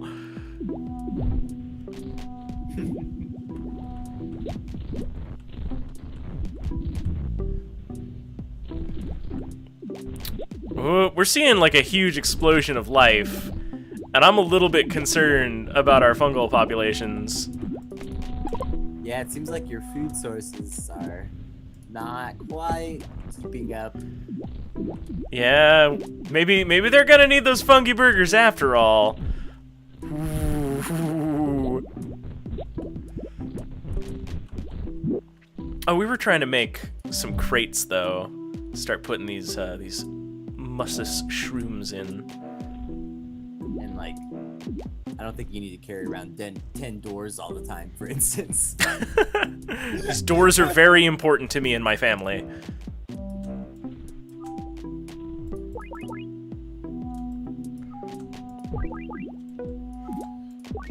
So Mark, on a scale from fungus to anims, how are we doing so far? We're good. I was just gonna. I'm trying to figure out how I can kind of some of the other features that, like, you know, one thing we could try to do is speed this sim up a little bit too. Yeah, you were talking about that being. Wait, what am I doing? Oh, right, I need a fourth one. There we go. Crates don't stack either. You're talking a little bit about that being in the game, and I am sort of being a blockhead and not really exploring the crafting probably as much as I could. Yeah, I can just, you know, drop you the huge spoiler. It's not gigantic, actually. It's a minor. One of the beverages. Is it one of the beverages? Hang on a second. Is it the Crush? I feel like it's the Crush. It's not the bubbles. I Feel the power. Oh, the cola! Drink this to speed things up. It's not even a spoiler at all. It's me not reading the flavor Literally text. the description. I forgot about that. Yeah, you're right. It's exactly what it says on the tin. A little more cryptic, like taste of love definitely means, points you in the direction, but speed things up is pretty heavy-handed. It's There not we so go. much a clue as a just telling you. There we go. Well, now I have some crates, so we can empty my pockets a little bit here. I really enjoy these pop-up windows, by the way. I actually really enjoy them, despite all the sort of fumbling and moving them around that I do. It's a good process while I'm cracking away at something. All right, so what did we need for that cola? It is kind of nice to be able to open a fairly arbitrary number of these different pop-up windows and move them around and manipulate them. Yeah. Yeah, I'm a fan of like those old early Windows operating system games and everything. All the ones who have their own like fake computer operating system. So there's a little bit of that going on. Did you play Kingsway at all before making that choice? I think that's maybe one of the ones I'm thinking of. Kingsway is something that was released relatively recently by Adult Swim Games, and it's an entire like old school RPG, but the entire thing runs in its own simulated operating system. So you've got pop-up windows that are your encounters and things, and it just takes that concept to a very, very distant extreme. Yeah, that's one of the ones I'm thinking of. It's so great. This was done before that came out. Nice. You were doing it it's before definitely- it was cool. Well, and this one was more just because I kind of love the OS thing and not so much, it's not really a part of the gameplay. All about the gameplay.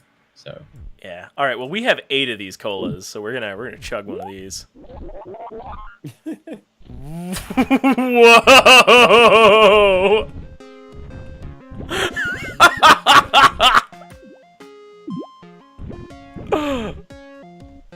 Oh, you weren't kidding about it speeding things up. Yep, welcome to Cola World.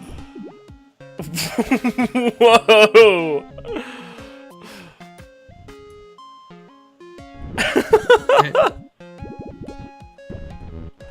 and your atoms are still so slow that like Yeah, we made they're some really low metabolism. we made some sluggish beasts here, Mark. Oh, I wish I had thought to do this when we had those little itty bitty boys 2 streams ago. Those guys were jumping. Nuts.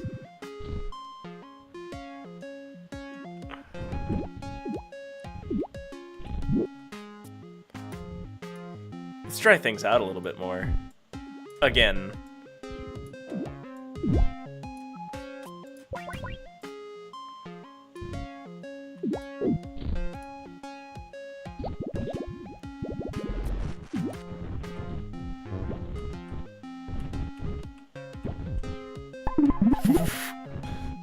The whole seeing red is a little bit, I don't know what to think about that. Disconcerting. Yeah. It's whimsical. It's whimsical.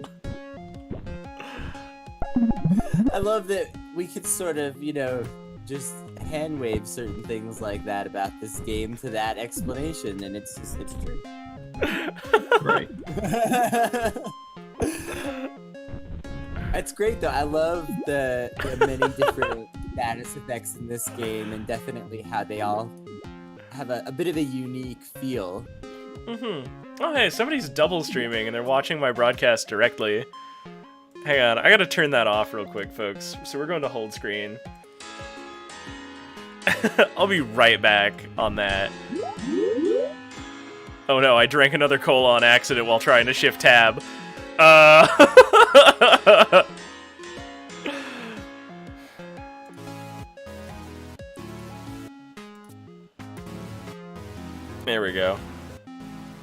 If somebody wants to check it out, they can just swing by the stream.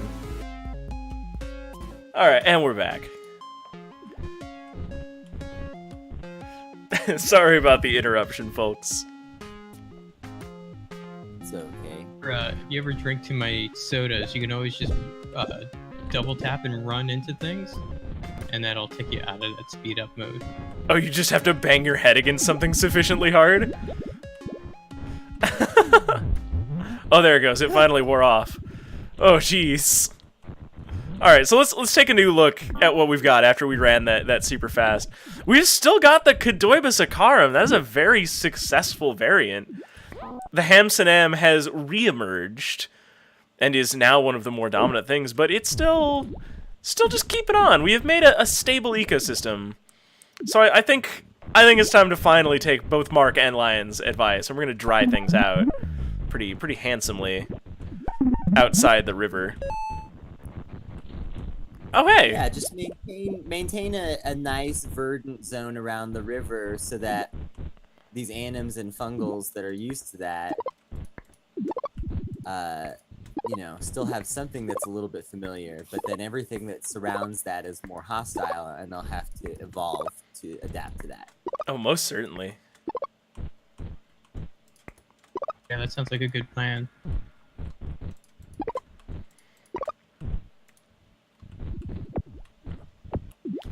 I'm gonna move some of these moist fungals down close to the river. We might put some gardens a little bit further out and plant some things that are drier and hope that they will spread across to the tundra. I don't think you need the gardens. I think you've already got some really like decently successful dry fungals, and you just need to spread them like crazy through your dry areas, especially the new ones that you're creating. Yeah. Oop, there we go. The river's starting to dry up. Getting a dry season.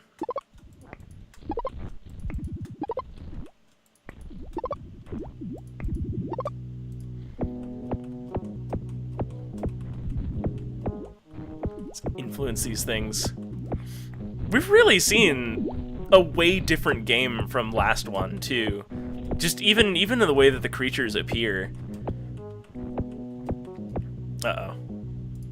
Oh, you picked up some like bad spores. Yeah. I guess the west side has some slightly different characteristics from the east side. But it's okay. We still have enough mix of land that things can be slightly ill-suited to their environment and not just immediately die. Yeah. Which is something that I've been learning about. You know, you can't just make a completely uniform environment and expect it to be super successful. I am interested though, ever since Mark made some comments earlier, I've been really thinking about how to make like the most kind of sterile environment you can make in this game. I might have to like do some experiments with that later. I would be really interested to see what creatures you can concoct in there. For sure. Oop. Things are biting.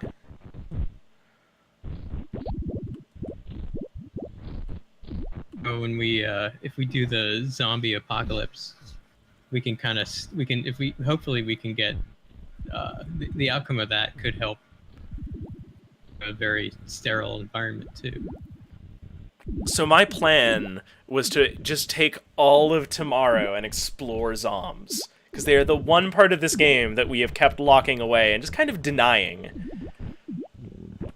I wanted to really just take a sledgehammer to them in the large open world game and cause as much chaos, because we've got a lot of omnivores and very aggressive creatures over there, and I feel like it would just spiral out of control. Oh, that's true. In that world, we have a lot of aggressives that could really kind of keep the zombs under control.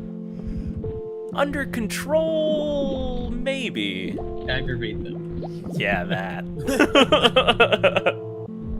I feel like the zombs are always eventually gonna win that war, you know? Yeah.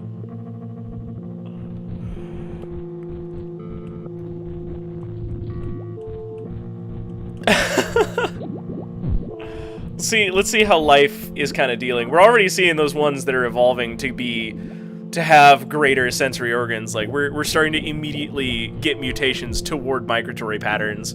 Let's drink a cola and watch the footage unroll. Actually, no. Let's drop another dirt bomb right here, right where it's still kind of moist. You might want to spread fungal spores a little bit more before you drink the cola. Also, You think? there's All still right. just like a lot of barren area, and I think like the anims are gonna do their thing, but like get those fungals out there. I trust you on that. We could try giving that cola to some of the anims too. So I forget what each soda does, but they all do a slightly different thing. I feel like you've been trying to get me to drink that cola for something like 2 days now, and I am so amazed by your patience, Mark. You know, not just drinking it, but yeah. Yeah, to like craft them and engage them. Because I kept opening the menu previously, and then I would get distracted by some like new and exotic anim behavior that was suddenly going down. I'd be like, oh, wait a minute. Like somebody whose hand is just reaching towards the mousetrap, and you just really want it to get them.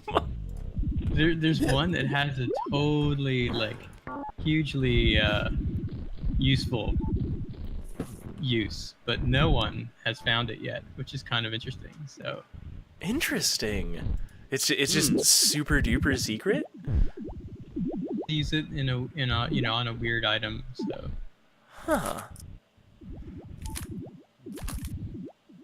Huh. there's some hidden jokes just in the subtlety of using those. Like obviously the recipe, the fact that you have toxic waste as a recipe ingredient for certain sodas or dirt.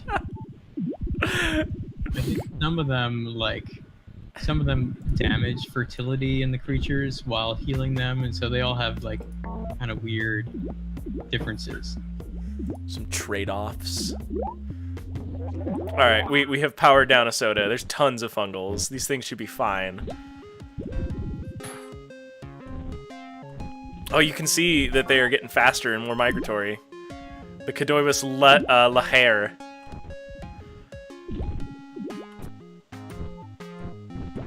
Yeah, I'm gonna export him actually.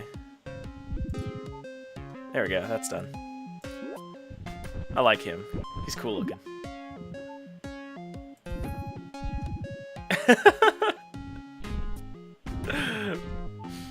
Oh man, Vulcan is doing some mad science in chat. He's apparently just made the pinnacle creature. Everything is the most.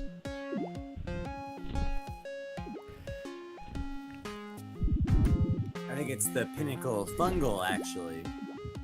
Oh. Oh, is that what the Hang on, can I click out of it in Ilky Prime? Yeah, I will, okay. Oh yeah, it is. This is what peak performance looks like. You might not like it.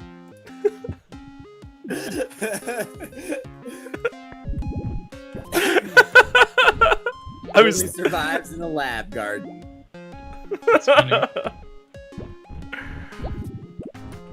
Yeah, and that's an interesting thing is, you know, fungs that in gardens tend to produce other fungs that will only ever survive in gardens. Yeah. Huh. Evolve very fast.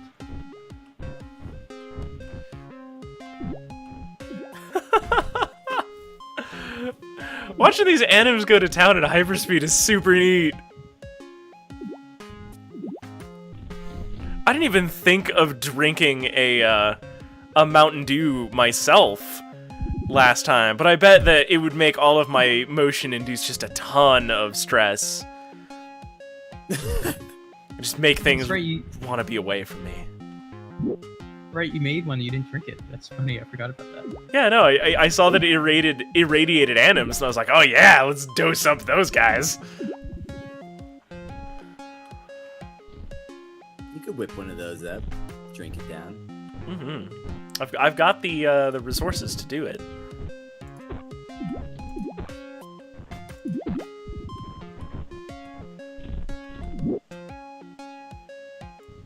Does combining sodas have unexpected effects or no? that would be cool. It doesn't actually. The new one just takes over. I'm trying to think of what game I've been playing that does that. I'm struggling to remember, but I'm playing some game off and on where it's like if you drink a potion, it does its effect, but if you drink another potion before potion A wears off, then there's always some unexpected negative consequence. So let's take a look at these brains here. No? I mean, a little bit. He definitely doesn't want to move in my direction. You can see the negative green trait. He's overcoming it for water, but...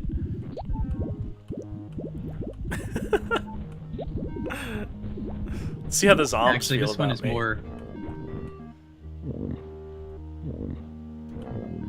I think you look pretty cool right now. The coolest, even. Beverage has its own theme song too. That's great. That first fungi burger is still there. Alive over there.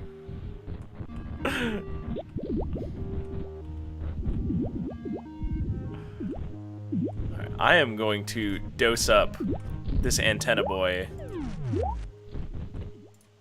And then myself with a cola. And we'll watch him. So this soda that you drank is really for zombies. Is it?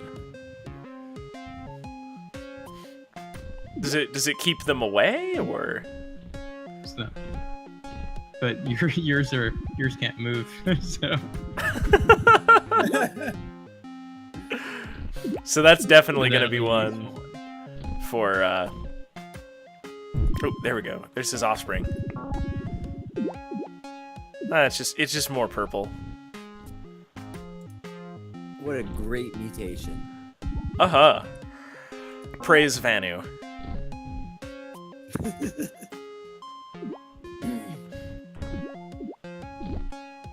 I think that we are in need of even more dryness.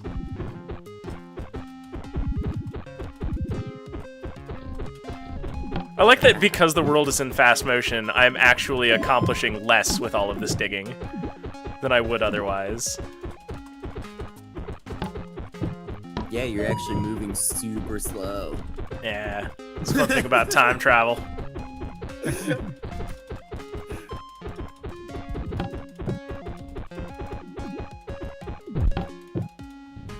I worked on a farm once. That's beneficial to you as the person digging for hours. Trying to stop on these bottles is difficult.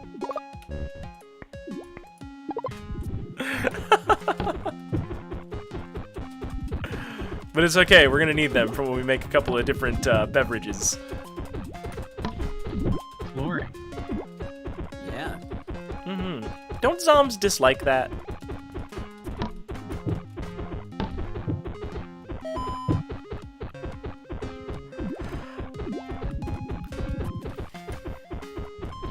Oh, you also get more dirt and water. Wait, more dirt what? You're digging like in tundra. Dirt really fast. Tundra's the place. Interesting. Oh, a chair. Yeah. Let's go put it up in the observation lab. Now you got a place to sit down. Put your feet up. Drink a cola. I don't understand sitting, apparently. Nope, I picked it up again.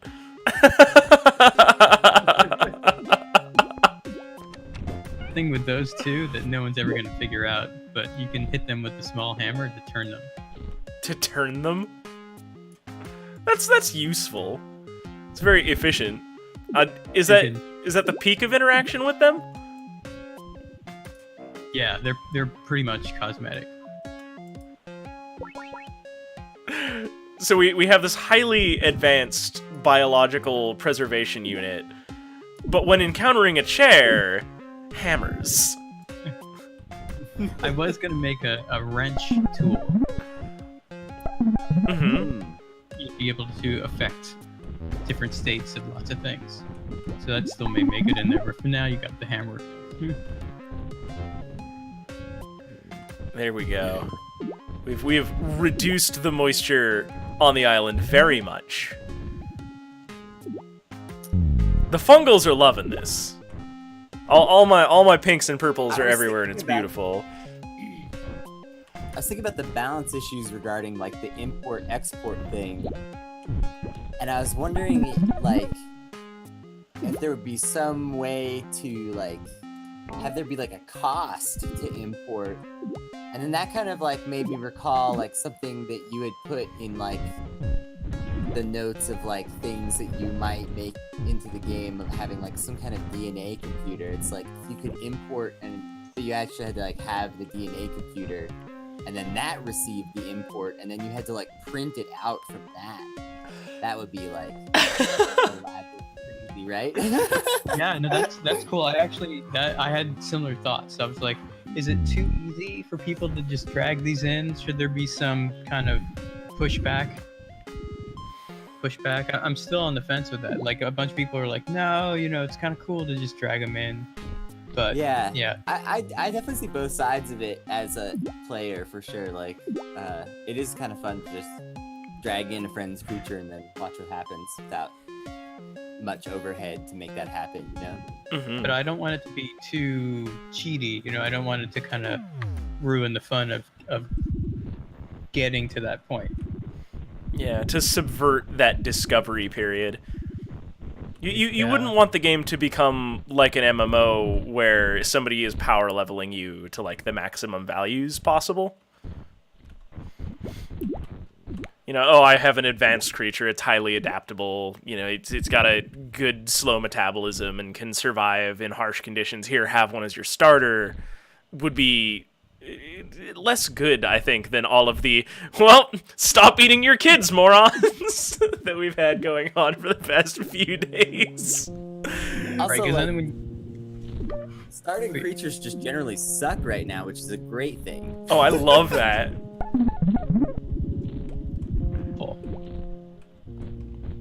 I think we missed a thought there from you, Mark. Yeah, what was that? Oh yeah, no, I was just following up on that DNA computer idea. I think that's some kind of a crafting level. Is a good idea. I still may implement that to kind of slow down being able to drag creatures in. At least to push it off to someone who's played the game for a while. Mm-hmm. Still may happen. But yeah, that's a great point. Let's try to dig up a tire and make one of these flags. Well, I'm definitely looking forward to seeing what interesting things make it into updates post 1.0 release, that's for sure. I was thinking about that computer, actually, and was kind of wondering if maybe you could turn that into the Gmo sequencer that is built into the game. That way, it would be tied to the import function, but you would still have control over what you're doing without busting out paint. Yeah. Although I really, really adore that you can do it in paint. But yeah, there's something actually, I do like the idea of having a computer in the game to do that, but there is something really like special and sort of magical, and definitely harkens back to an earlier time in computer software that like, I like take this file and I open it in a different program and I mess with it, and that's how I get a GMO creature. Yeah, no, I love the fact that it feels totally like cheating, even though that's kind of that's the plan. That you have to open it in another program is definitely funny. So I think I'm gonna keep that in, but using the computer as a tool to have to kind of bring them into the world might be a good idea. Along those lines, but there still may be an add-on that has a simple MS Paint type gene editor in the game that may happen. And there's an add-on I have planned that's called the HuMod feature. I think I mentioned it, which is going to focus on the zombs. Ooh. A lot more kind of behaviors to them. The HuMod. You mentioned the name at one point. You and the zombs are basically, you're all HuMods. and it's kind of questionable as to whether or not you're human or android or who knows, or some combination. But so that's going to be an add-on. Coming with that will be new humod types. There's the ghost and the phantom. Ooh. And the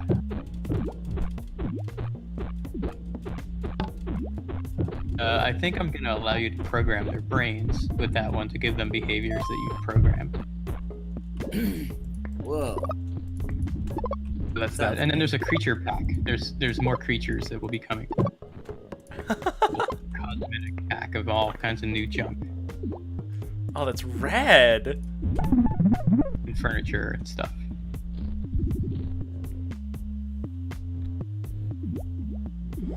Oh yeah, Vulcan has a UI suggestion for you.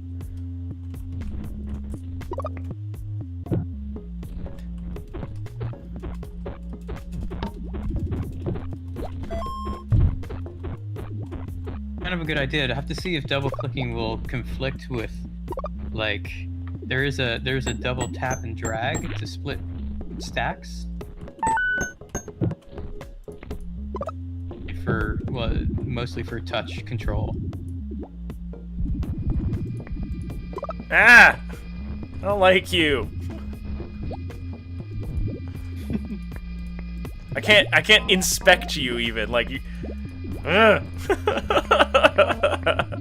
Get out of here.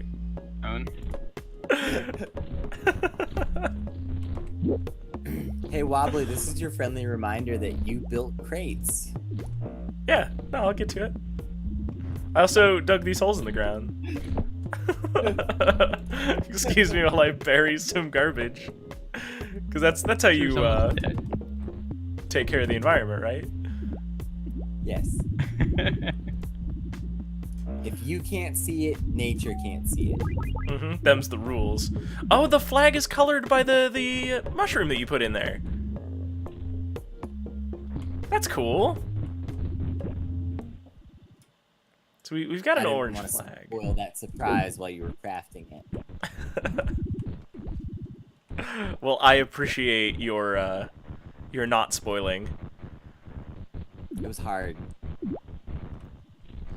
Yeah, so we dried out a world for these amphibious anims, and with that, we've done some things to their populations. Like there's like one of them. Yeah, they're not loving it. No. Let's Adapt drink. or die. Let's drink a cola and see which one they do. How much faster does the cola make this run exactly? Depends on, like, essentially I let your computer go as fast as it'll go. Oh. So if I weren't streaming, this would be even wilder.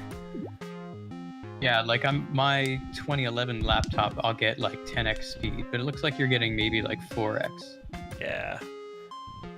We're running the Discord call and Steam in the background, and the OBS is going on. Like, there's a lot of compression that's happening CPU side for me. So right now, this is like completely just cranking the simulator, and so.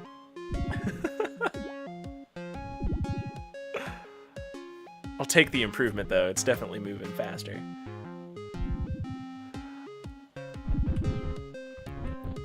Hey, one thing that might be cool is to put like a little marshland like in the center or something.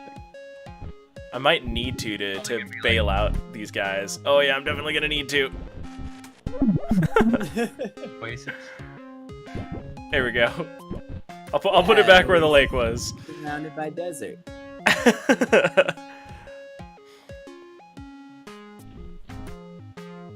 The fungals aren't gonna be happy though. Do you even have any fungals that like water anymore? I don't know that I do. Maybe in my pockets. Yeah, maybe in your pockets. Good old pocket mushrooms. Everybody loves a good old pocket mushroom. Why are you going away from the water? Because he wants to die. I mean, clearly. Yep, there it is. Yeah. It happened. Our All last his friends are gone. animatroid died. Right. Oh. Please be more careful this time.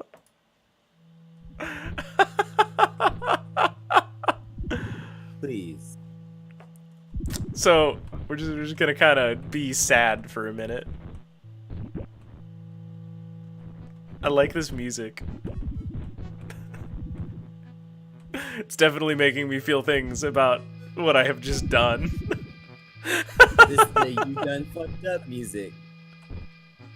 Oh no! Hello, drone. Oh. You checking in? Yeah. No, this one's not checking in. He's dropping. Yeah. Special delivery. Follow you around so you can go to the location you want it to drop. Oh. I thought it was just taunting me. Nope, I don't want you to drop it there. I was just trying to show that off. You should put some of those green fungus in the Oh, water. it tells me what it has in it. Oh. Oh. If Moderately dry. You don't have enough water in these dry areas. Like, there's no drinking pools left down. I mean, there's some. That's fine. There's none. I mean, there's one like right here. It's literally 2 steps away from my guy. It's fine. Yeah, right there. But I'm saying in the dry patch, there's no drinking pools whatsoever. Yeah, adapt or die. You said that, not me.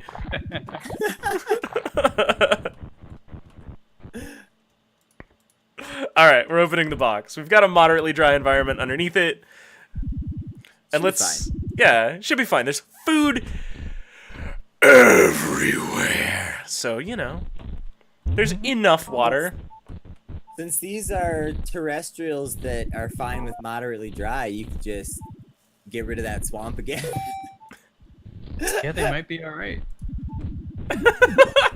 All right, Yeah, fine. A lot of times, atoms are just better, and you have more luck.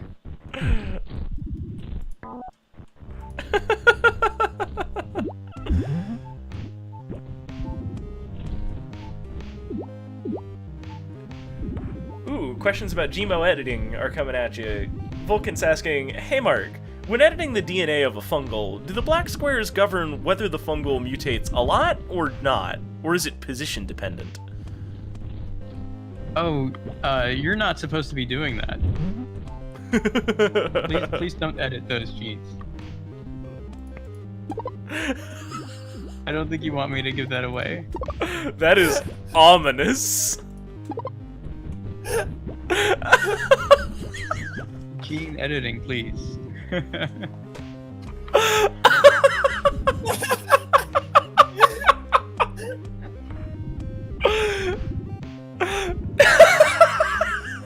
Eating.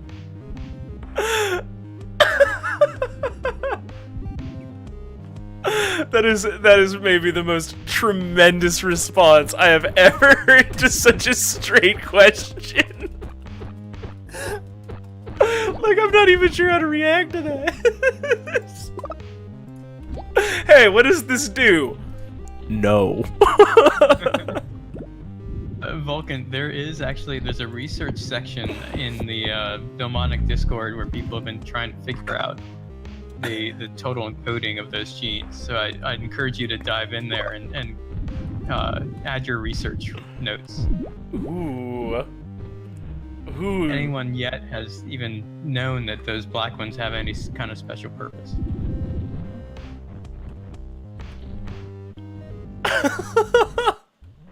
I'm gonna have to start editing these things.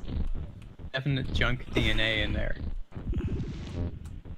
Just like in real organisms, the junk DNA actually is not just totally junk.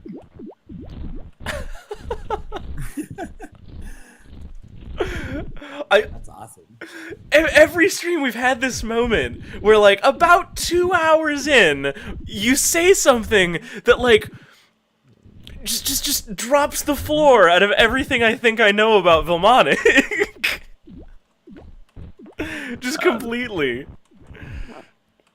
from the first time that you told us that like zombs have additional behaviors if you like whack them with a hammer, to like now where you're like, oh yeah, by the way, there's not just science in this, there's also like cutting edge secret science, double secret, like 2 kids in a lab coat science.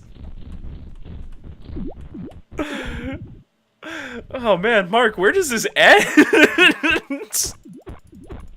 You won't corrupt the game, although you could create a species that is invasive and ends up kind of acting like a virus in your world. So you definitely want to be careful. End up with like biological sludge, and things will just die. Well, that wasn't ominous.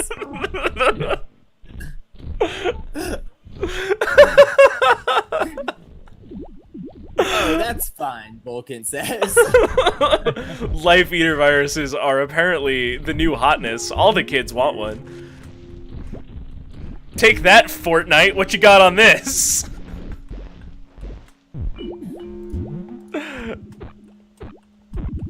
Speaking of Battle Royale, Mark, now that we've really dove into how exciting the import-export system is, we've definitely decided that we're going to have some gladiator matches where we try to breed ultra-strong, adaptable creatures and then introduce them all to an arena together at the same time.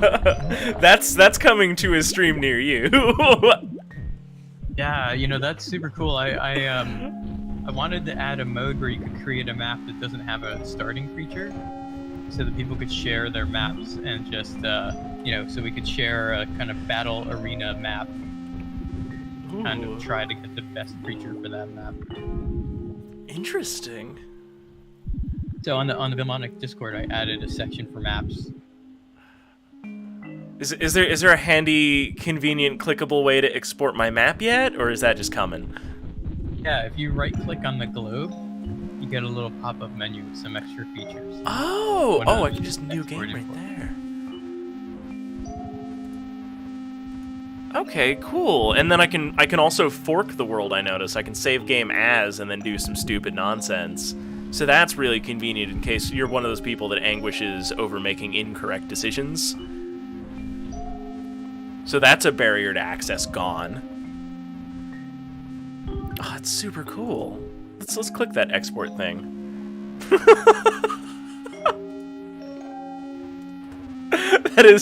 That's a good window. I like that window. Just the part where it starts with, oh god, what have I done? And then text everywhere.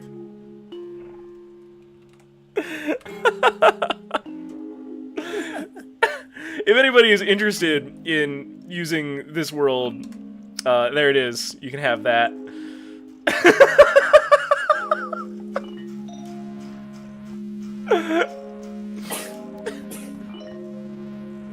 All of the text in there? Make sure you grab all the text. I did. I hit Control A. I tried to put it in my Twitch chat, but Twitch was like, are you crazy? No.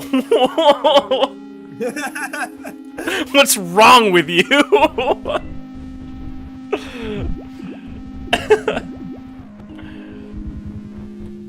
I swear, it's a big world, so it's a giant file. If these things evolve into amphibians over here near all this water, I'm gonna be real upset at them. You know, I'm gonna just take. I don't want to get rid of the drinking pool though. You should give them some drinking pools in the desert where you want them to live. Yeah.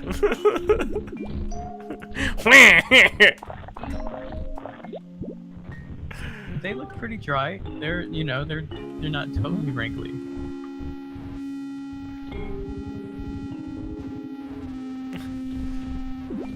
So if you start the game with the tutorial and don't do the tutorial, you can play for hours and your species won't evolve.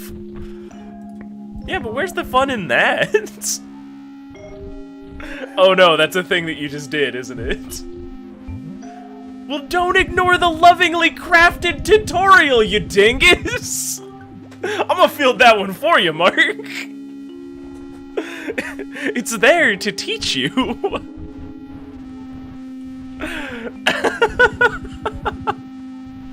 I stopped them from evolving, maybe? Maybe he's just got a very consistent environment, and they aren't developing in any particular fashion. It really seems like something I might have done to make sure that on the off chance where you're slipped the tutorial and you start getting all these species using. That's interesting. I didn't think about someone gaming that. It's kind of cool. Oh, life happened? I'm glad life is happening. I mean, that's the whole point of Vilmonic.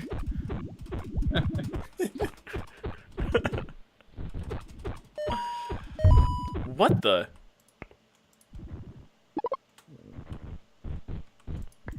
Oh hey, cinder blocks, non-sentient. Unlike last night, where we had sentient cinder blocks. Those were great. I liked those really cinder blocky looking guys. They were hilarious. I really liked them. Just don't eat your young. Please. There's tons of food. There's handily enough water. Please, Anims, step off with this bullshit. We could try getting some of those dry bungs to grow on floor. Start pushing it even further. Really dry out some areas. Yeah, I'm beginning to think that I am just sort of destined to be dealing with plants. That's a heck of a lot of drinking spots. Don't you nope.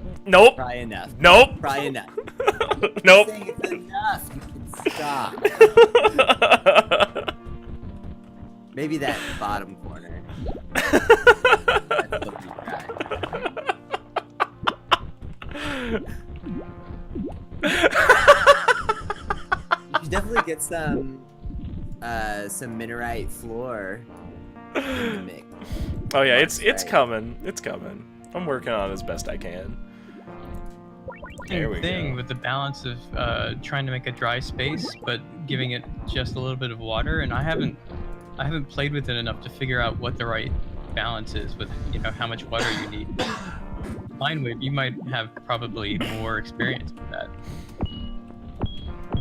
He is Captain Animal You Science. immediately could tell that this was too much water.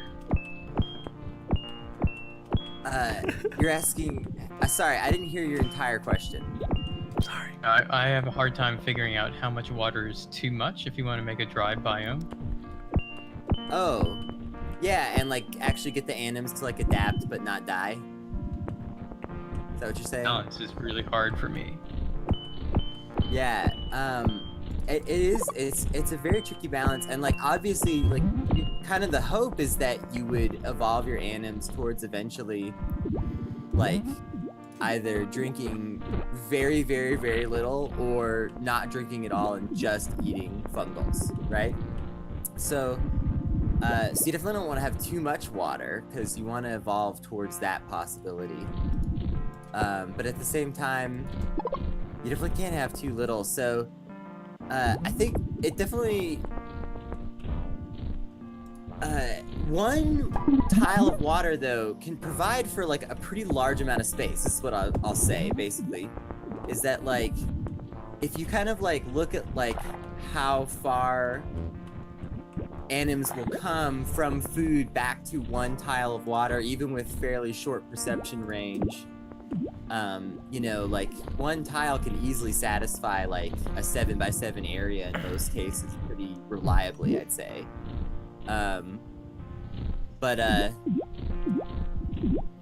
The features of the landscape and stuff can affect that a lot, your exact anims and everything. So a lot of times you end up needing to put them a little closer together than that. Right. It probably depends also on the size of these creatures. Like I see now we've got a tiny one that's evolved, and that one might be turned into a really good desert-loving creature. Yeah. So you definitely have to have like some little spots of water, but do you have to have a lot? No, you can get away with like very few, but there just has to be enough. And the placement I think is really important when you're doing this kind of thing. Like having a really even distribution of the water sources in your dry environment, that's super important.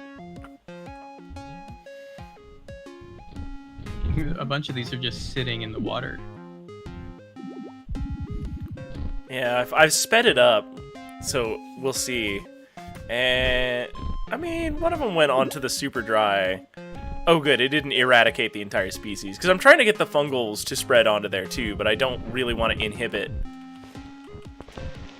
the anims from eating them too much. Because again, we found on Fight Club Island that like after the fungals have been left for a long time without having any sort of predation, they didn't do so well as soon as things started nibbling on them.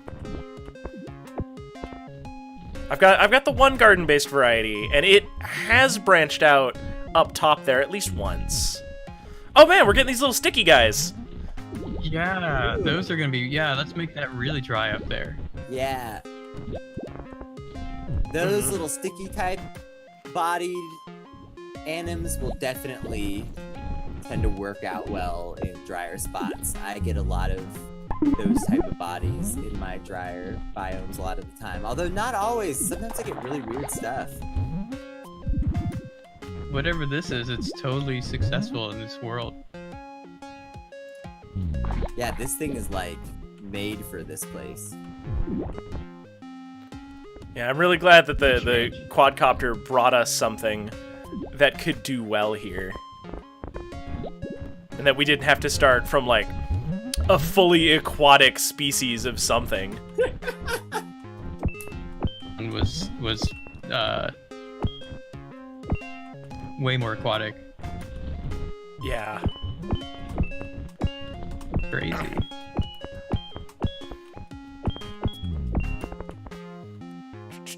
Something interesting that I observed in the game that I've been playing lately is I had this herbivore species in a dry area, and it adapted to be like, I thought, really like basically perfectly suited to the area.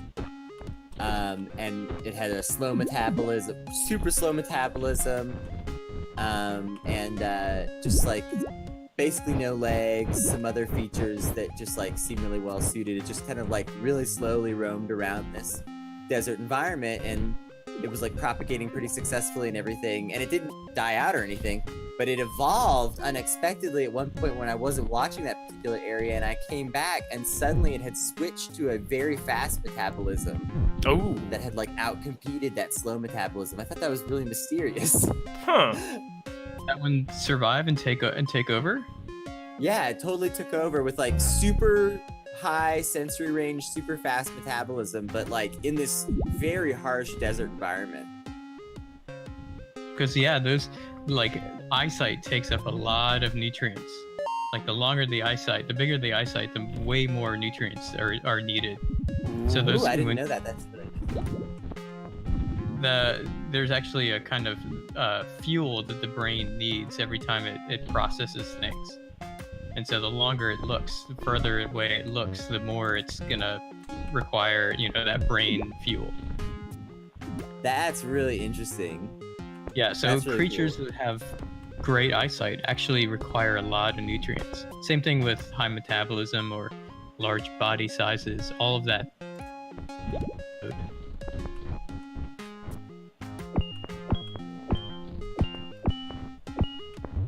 So for a brief moment there, you definitely had a fungal growing on the concrete, but then an anim ate it.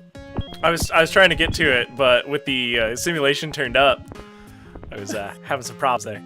I'm expanding the dryness. I'm gonna cut the map in half, which is similar to the way that things happen when you put like an actual road through an environment. Yeah, that's a fun way that I've used to kind of create two radically different species. Yeah, there's not a lot of life on the north end, so we'll see how that goes, but, attempts. I still have I still got a fungi burger up here. I'm gonna pick it up and move it closer to this little guy. Dang it, I ate it! Oops, all burgers! So delicious looking. I'm really enjoying that the anims treat it sort of like as a last resort. That's very helpful, actually. There we go. I put it on the ground this time. like not a moron.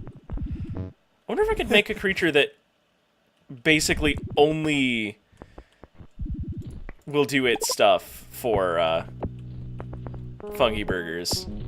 Like something that is not fungal dependent, but instead just eats cheeseburgers all the time. Oh, that's kind of funny. I wonder how I could make that work. I feel like it will need to involve the chair in crafting it somehow. You'd have to, to evolve some total couch potato kind of junk food creature. Something that can get all of its nutrients from whatever is provided by the fungi burger. Right. And just wants to sit in a chair to lower stress. That's awesome. Man, my favorite thing about this too is that is entirely a thing we could probably already do within the constraints of the game. All it would take is just a whole bunch of selective breeding. Ooh, life is having problems. Yeah, well, you kind of destroyed the environment. Again. But, that was the goal, this time at least. It was like an intentional destruction of the environment. Yeah, I mean, it's really just kind of the fallout from industrializing the region. Yeah.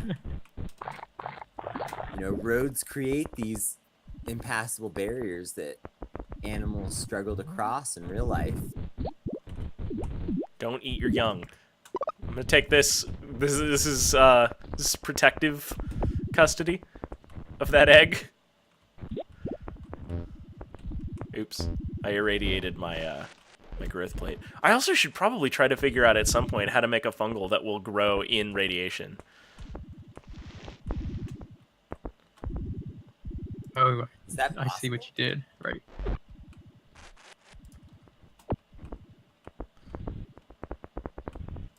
think they might just get too sickened by it. I think just when the spores land in there, they just die. Nah. Oh, don't eat that. Eat literally anything else. Like there's a possibility for fungal remediation to become a mechanic in this game. Develop fungals specifically for getting rid of radiation and other toxic elements. No, you just bury it. It's fine. Put it under some more dirt.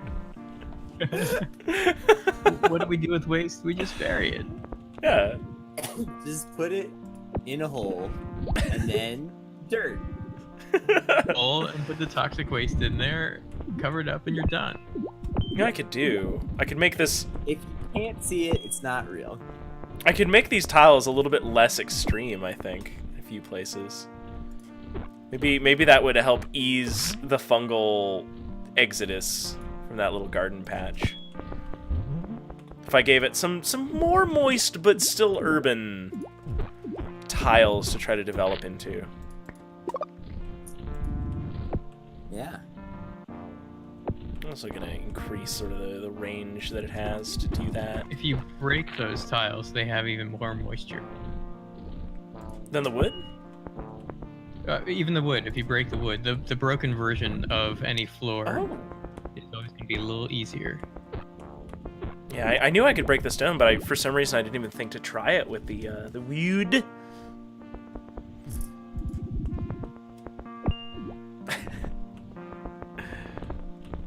There we go. Make the region a little bit less passable. Throw a rock in it. There we go.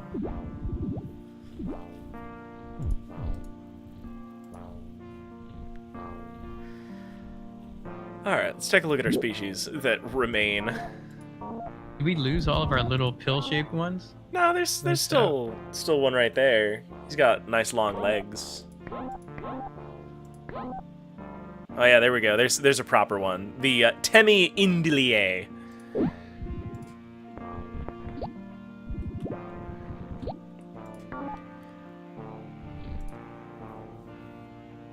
Oh yeah, it's way down southeast. Mm-hmm.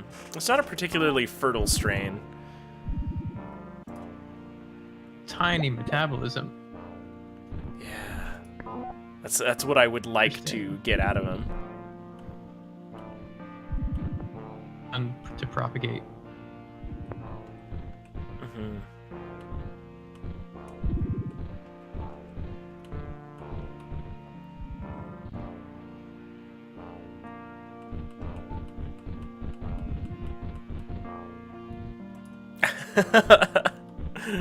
Lay an egg, you booger.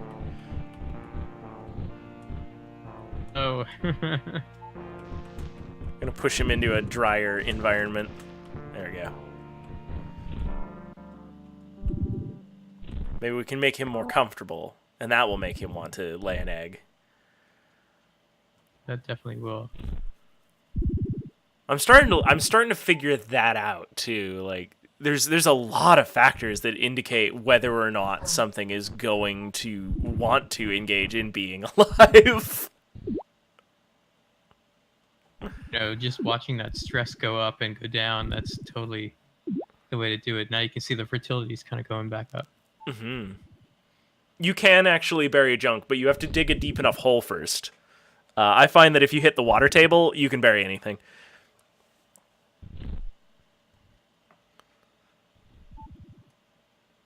Exactly right.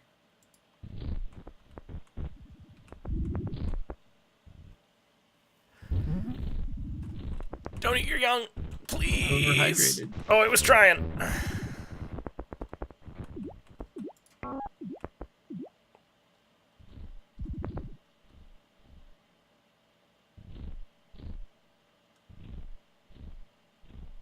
No, he's totally cool to just chill where he is. Yeah, we're definitely getting back down into little sticky guys again.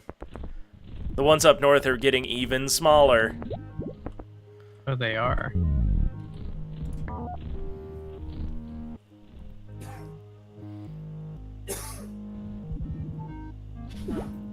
They're definitely okay with their environment right now. So maybe... No, I don't think there's enough of them to go messing with their environment right now. Like, I need these things. They're okay with their environment. Were you thinking about making another sweeping ecological change before the last one has even taken effect? Yes!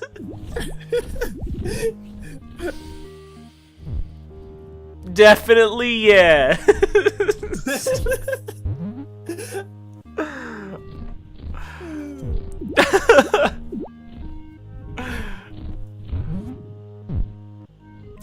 You kind of got a good thing going, though. Yeah, like they're starting to regroup. I'm a little worried about our guy in the southeast, but if he isn't going to reproduce, like I can't fix that about him. Whoa, so that flag switches direction sometimes. Is there, like, actually wind in this game? You used the bubbles the other day, right? Yeah, and they totally do blow in different directions. Would that affect the fungal spread? No, actually it doesn't. Oh. That's a cool idea. Oh man, like you can clip it if you want, but you can see the part where like my mind was getting ready to blow again. I was so ready for that to be a real ecological factor. Although that flag is a indicator of the wind direction. Yeah, there is a wind, so It's just not tied into that particular subsystem. it only affects those bubbles right now. I'm gonna push our little boys over the road and let them have at this new food-filled environment. Oh, but our long guys are starting to get some children's. There we go. So we got Big Stick and Little Stick. Temi Inhompxus and Temi Indilie. Also, I wanted to let you know, Mark, that you are not the only developer that I have teased about adding a pompadour to their game. I have been talking to the guys doing Speed Brawl, and they teased something about a new character, and I asked how sweet his pompadour would be. So we'll see if I can get this to spread more. It just might become a thing that every game needs to have. Yeah. I mean, especially if they're coming by my channel. I really hope that I can get this to be a thing. I just think more games need more hairstyles, period, you know? Mm-hmm.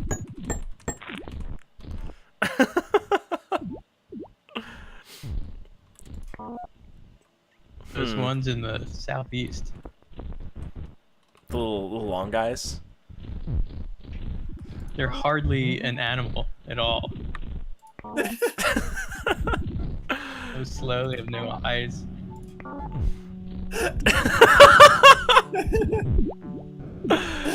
Have I made like just the driest earthworm? Like what those are. These are amazing. I'm just being in the wetter grass is overhydrating them. Wow. I should dirt bomb over here again. That's not a dirt Do bomb. not need any liquid. Yeah, there you go. You definitely Yeah, started cool. getting rid of those drinking pools. Is that dirt covering the edge of the stone there where I've thrown dirt bombs?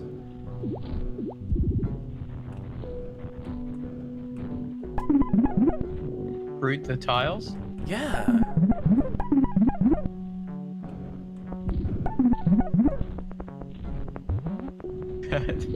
That's interesting. Oh, we're having another explosion of life. Nothing could possibly go wrong, Right. as I definitely am not making more ecological shifts in their environments. No, definitely not. I'm also definitely not forgetting to leave water behind me in my wake while I am causing tremendous ecological shifts. I mean, you don't need much water now. Yeah, I think we've totally, like, the original goal was to make this kind of desert biome, and especially in the south, that's exactly what's going on.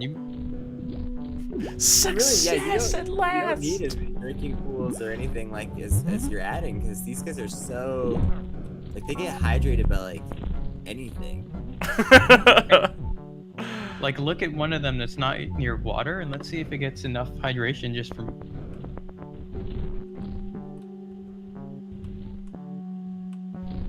That one's walking around on stone. I think it's cheating. Although it's certainly not attracted to... Yeah, maybe instead of pools, we just have wet grass. I think he pretty clearly dehydrated to death, but I'd like to watch a different one. Yeah, I think they need definitely enough source of liquid, but I agree with Mark that probably just wet grass is enough here. Yeah, Your 'cause area in like 2 tiles. I feel like these things are just like a sentient 2-liter bottle of water. Looking at that one having had a drink into overhydration, like almost 2 full bars of it. It looks like when they go to drink, they're kind of half killing themselves. I mean, it sure seems like they have a problem. I do recall an earlier version of this game having a serious issue with anim overhydration. Oh, yeah. There have been some Yeah, I think that was hilarious during that dark period where I was tweaking the ecosystem and just like, that was a nightmare. It was weeks or months of just getting that.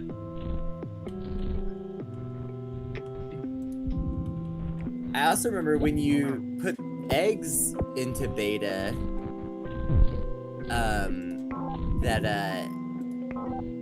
that beta, the fungals were like kind of nightmarish for a while. Like it used to be in that particular, as I recall, in that particular one, it was like you couldn't get fungal like other colors to happen. It was like almost impossible. Yeah, I definitely remember that. Yeah. So you just have like this whole like a map just like full of green fungals, and you'd be like, please, one of you turn yellow, please. Yeah, I completely remember that. I remember like, oh, yeah, definite nightmare.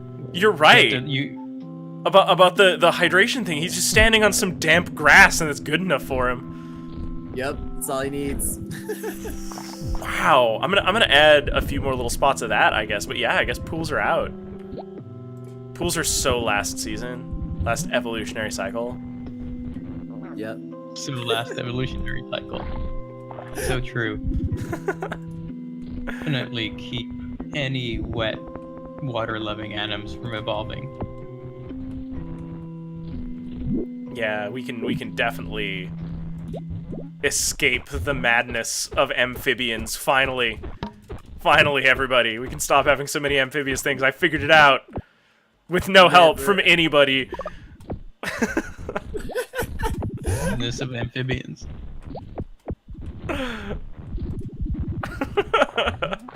This whole session here. There we go. Do you know the madness that amphibians are causing in your community? The madness of amphibians. I think that one might have drowned. So, well, we'll keep these little pockets of damp grass around, but this is wild, guys. We have come so far. This is a pretty weird environment now. Yeah, I like it.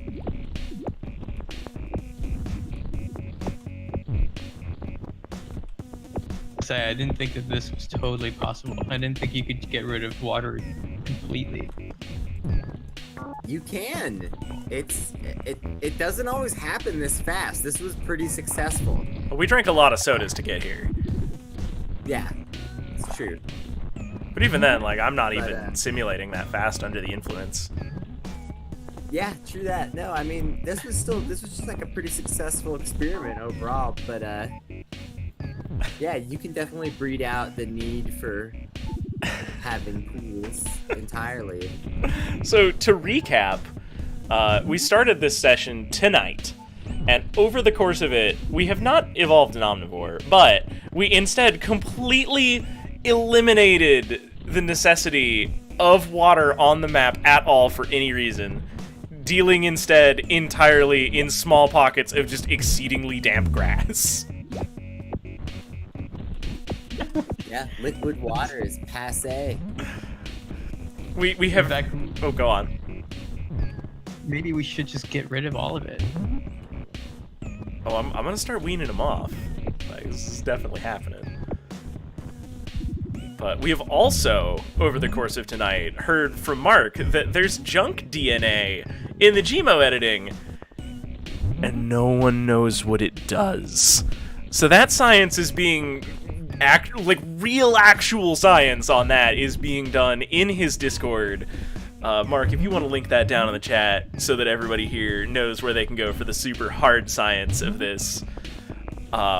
We've also found out about, or had revealed, I suppose, by Canewave, the Vilmonic Fight Club that will be happening eventually when we revisit this in the future, where we're going to be trying to breed the best possible monsters for contained environments and then watch them outcompete one another. Oh man, what other highlights have we had throughout the evening? Mark, you got any? That's pretty cool. I mean, we did this incredible thing. We bred this creature that, you know, it really does not need liquid water, which is a real... I knew it was possible in this game, but it's a very amazing accomplishment, especially to happen just in a few hours of play. Depends on essentially what's hard, you know, expert level. Like these little maps are super hard. Yeah. And mass extinction, but I mean, one mass extinction in a science experiment this radical is just to be expected. What's a little mass extinction between friends? yeah.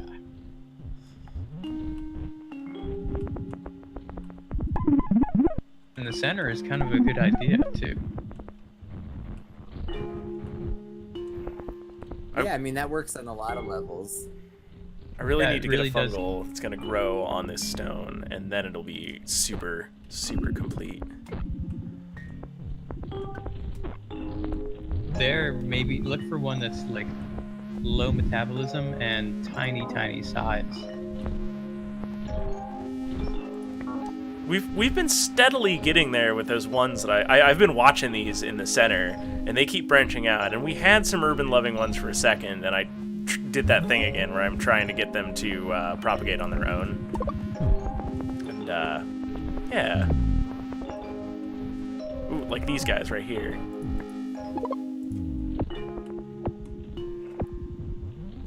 Basically, if you want to try to adapt them to these more difficult grounds, you should be picking the mushrooms with like the smallest fruiting body imaginable. Like whichever mushrooms have, or whichever fungals have the smallest fruiting body that you can see. Mature fruiting body. That's what you're looking for. Mm-hmm. And smoothest, also, of course. Like really small, really smooth. Some of these like tiny round-headed caps are gonna be best compared to some of the other shapes and sizes that you have available. I just had a really successful yield while you were talking. Like one populated on its own from the wood. Ooh. Yeah, that wood is definitely a little bit easier to manage than the stone. True.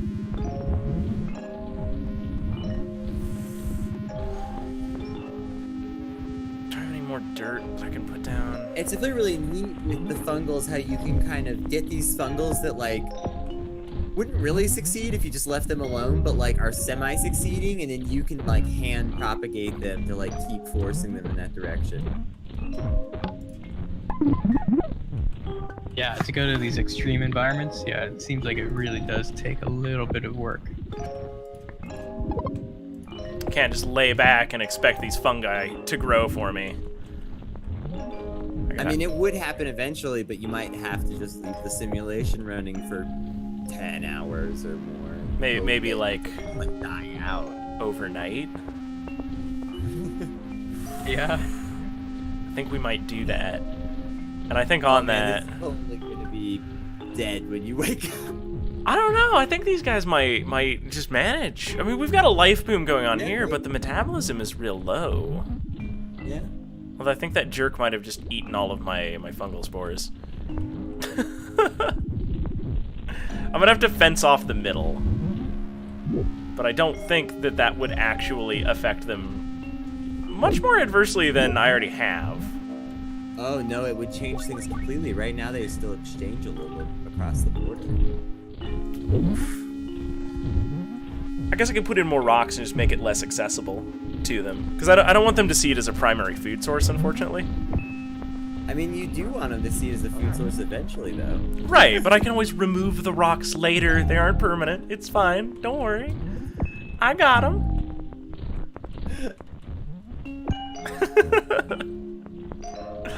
I'm gonna push this can of radiation down here into the middle. I also got to point out, though, that you don't have to leave it running all night for us to try to get these fungals to do the thing that you want. You can also drink a cola. Oh, that's true. Although we found out that the cola, because my CPU is being really bogged by this whole streaming endeavor, is not going as fast as it could be going. I could do both. True. But I also have early work tomorrow, so I do need to wind down a little bit, folks. But with that, we have accomplished so much in just, 3 hours? And actually knowing what we're doing this time is a tremendous leap forward as things go. There we go. Zombies, worst population control device.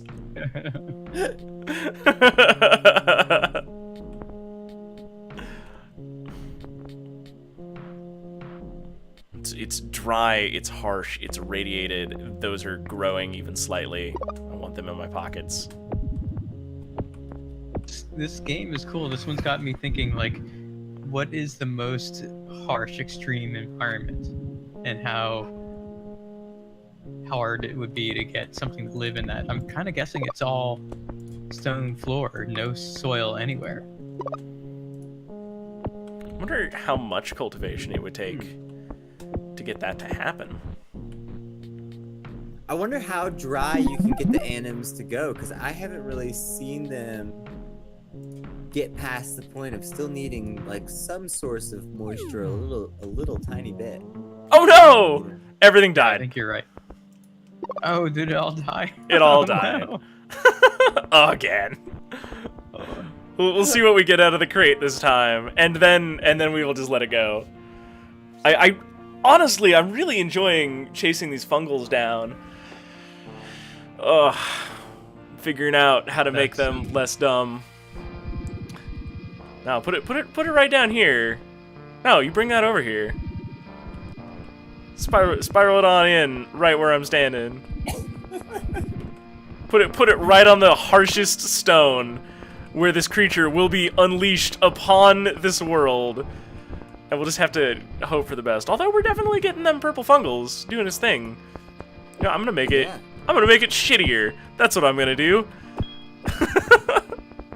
This environment isn't shitty enough. It's not.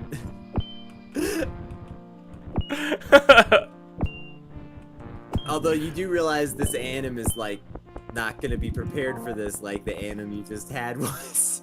It's totally true. Somewhat fast metabolism. Yeah, we can support that, definitely. That will not be an issue.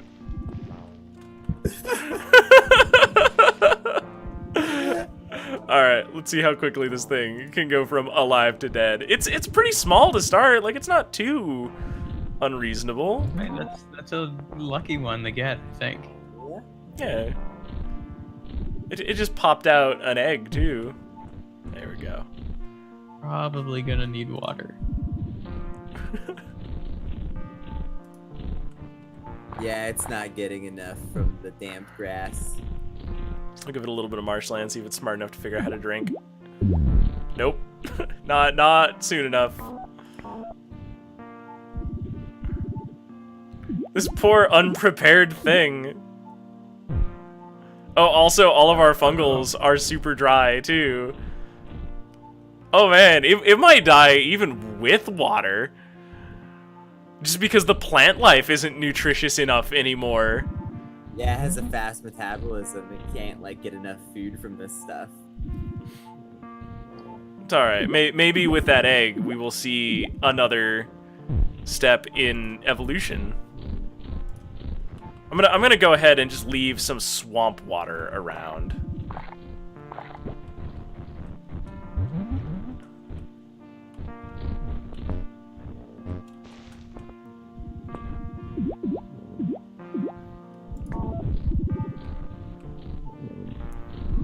Swamp water. Yeah. Ooh, murky, marshy, dirty water. Just like Mom used to make. Oh.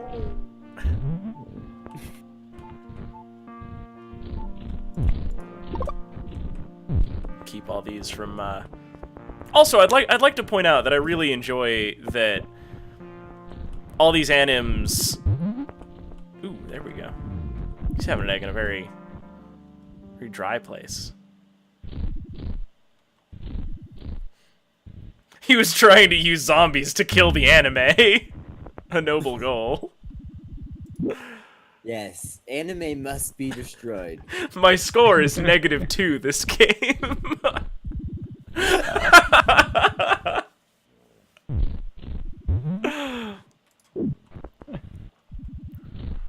Just feed your precious fungals that you've been breeding forever to a random anim that's gonna die in 10 seconds. Yeah, it's fine. Maybe it will help them survive more better. There we go. Up north, they're having some good fortunes. See those up there. Okay. Don't eat your young. God. I really wish that there was like a logic to when they have their egg to throw it in the direction that they least want to go next? That would be great. Oh no, it's an amphibian! God, you are screwed. Totally screwed. That's a great adaptation. Perfect. Definitely what the environment is telling you. This is a great example of natural selection at work here. We'll see that one die off.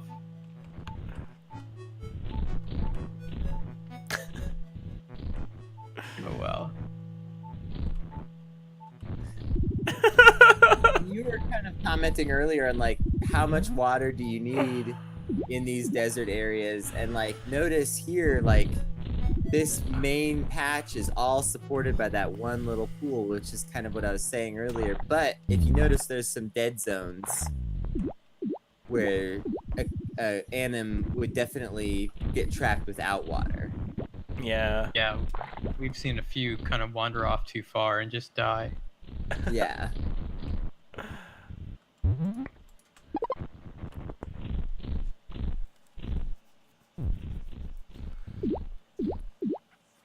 Fun though, how everything was doing so perfect, and then just once everything died off, we get this new creature that's kind of not at all adapted for this. Instantly, we're like having to do a lot of hand holding again. Mm-hmm. Yeah. It kind of gets more tense. Yeah. We're back to tile 1. Something about like the impersonability of that drone. I mean, it's not a word, but I'm Shakespeareing it right now. But like, it's just so cold in that like, oh, you. Yeah, we're gonna airlift one of those back in, fix you. Please try to be more careful this time. Yeah. Oops. Oopus poopus.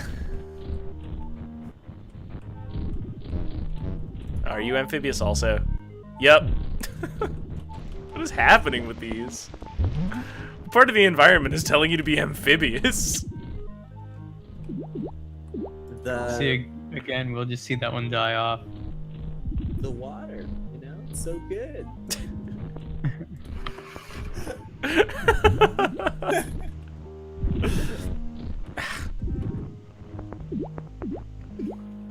Why are eggs so delicious, Mark? Why did you make eggs be the most delicious thing? About that, when I first implemented eggs, I didn't have them eating them. Yeah? The world was just completely, like, super easily overpopulated. You get so many creatures. There's no mechanism at all to stop the creatures from just continually populating and taking over the world. I guess that is what we saw happen a little while ago, actually. Could even, technically could get even crazier than that, but the things that slow that down, one is the creatures I added allowing them to eat their eggs.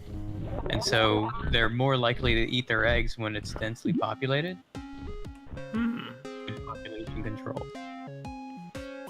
Well, I have slammed another soda, and to our amphibian's credit, like, it's still alive. It's really pissed off, but it's still alive. Oh, there it died. I think everything's gonna die. It's actually been like a little bit more subtle in a way than just strict population control, because it kind of has this ability to prevent die out. I've noticed where like a population will eat a bunch of its food too quickly, but then if there's a bunch of them, they'll start laying eggs, and that'll allow some of them to live on more easily rather than just die out from lack of food. So these creatures evolved to be amphibians, and I feel like that ain't my fault. They died again. The way that that's working is that you have this nice desert-loving creature, but it gives birth to a creature that has a mutation that's just it's a unlucky mutation, and that's kind of the way things work in real life too. So those mutations are just purely random. Good ones that are beneficial that stay around, but the bad ones just end up killing that creature. Ooh, a red box this time. I definitely won't murder these animals. And definitely, it's like on these smaller islands, the possible devastating consequences of a bad mutation is a lot more obvious. Yeah, definitely true. A lot of like dead-end mutations on the bigger island that you were playing before, Wobbly, like we just didn't even feel the effect of those, you know? Yeah. You want to put that down in the Badlands here? So I'm like when you only have like 6 creatures, maybe one dead-end mutation can be so devastating. Let's take a look at this thing. What is it? Terrestrial animatroid, moderate sensory perception, somewhat fast metabolism, prefer a very dry environment, and can be aggressive. Well, I have got that. Oh, you lucked out again. Yeah, I'm doing real well. There you go. I don't know if he'll survive on the stone where I have put him, but... we're gonna hope. Well, I don't know if that food's good enough for him. Don't eat your young.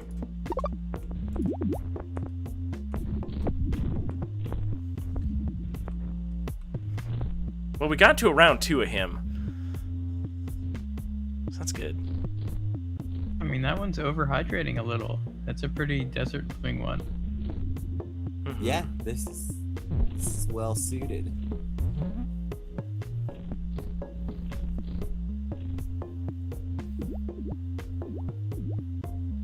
That overhydration is really important, I think, to making a long-lasting desert creature. Slamicola.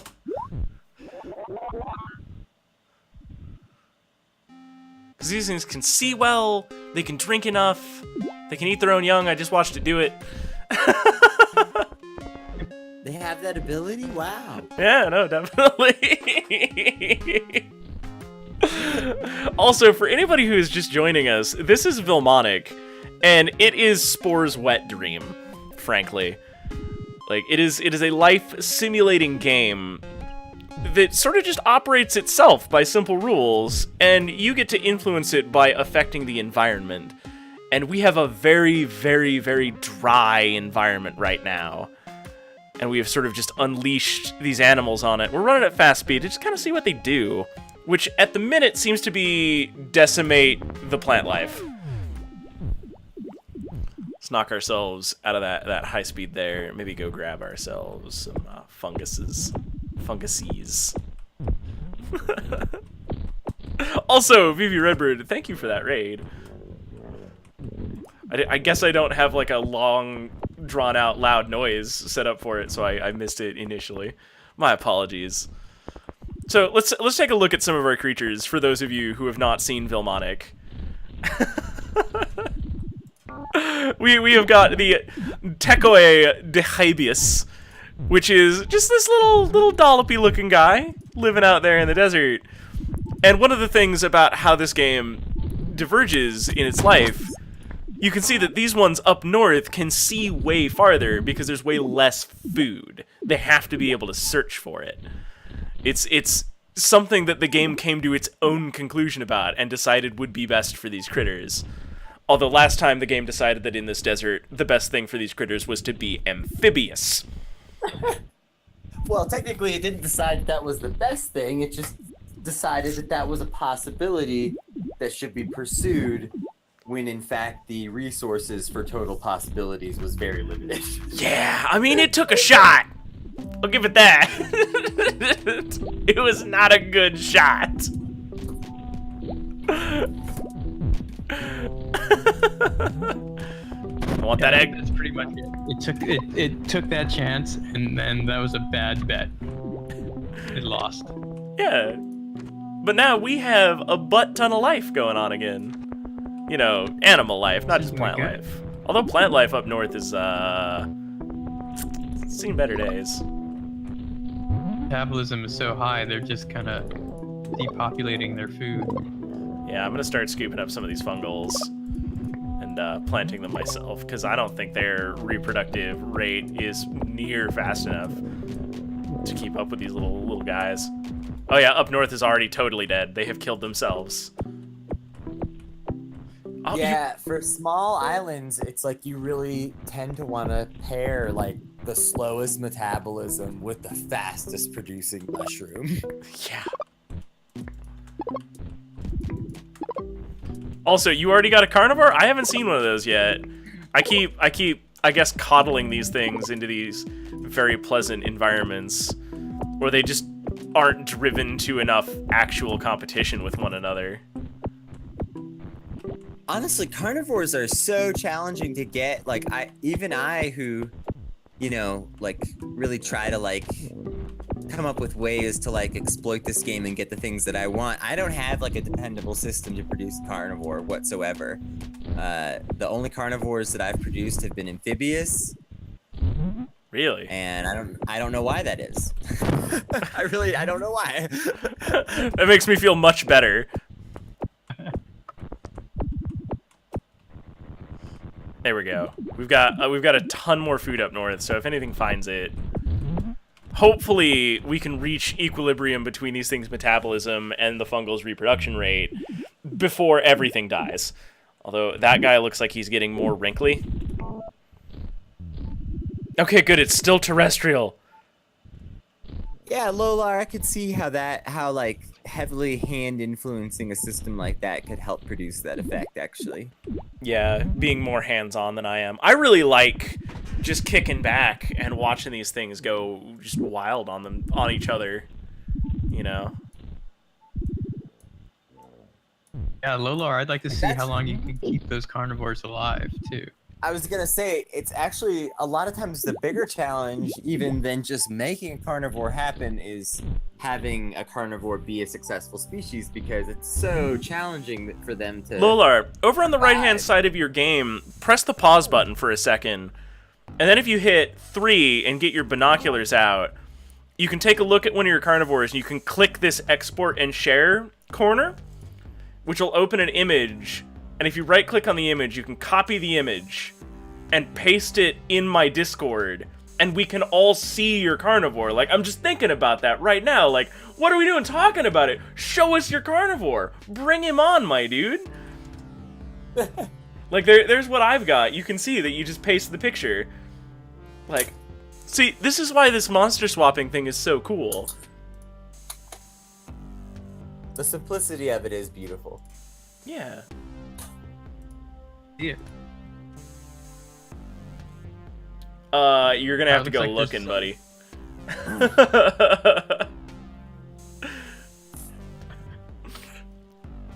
Don't worry, that is on the fix docket. Mark has already talked about some. Not, is it more intuitive? Would that be the word? Like sorting options. A way to click on that omnivore text so it zooms over to cycle through all the omnivores you have. I think I'll add that. Yeah, that would be super pleasant, because you could do it, I'm sure, for like carnivores and everything else after that. It looks yeah. like Vulcan's got some good GMO research going on in the Vilmonic Discord too. Oh, nice. I'm going to check that out. I haven't clicked over there recently. Oh yeah, the research thing. That's really detailed. That's cool. Yeah. I don't understand most of those words. I'm an illustrator, not a biologist. Heck. Oh man, I feel like I underserve your game a little bit in trying to show it off with the fact that like there's parts of this I grasp like pretty concretely, but like other ones like, man, I was just not equipped for the depth that this game goes to. Yeah, I think it's, you know, hopefully it's a nice kind of gradual curve though. Oh yeah, like I've been having a super good time the whole time. There hasn't been a point where it has intimidated me or like made me feel, you know, inadequate in the face of it. But like sometimes when some of these guys are like crunching into like the more advanced stuff, I'm like, oh man, like I don't have a lexicon to like communicate with that quite yet. But this game is educating me slowly about it. Like through this contact I've had with these guys in my community, in your community, in a little sub-community that I have with a couple of them, like I've been introduced to so many new concepts that it's just staggering. Yeah, That's pretty great.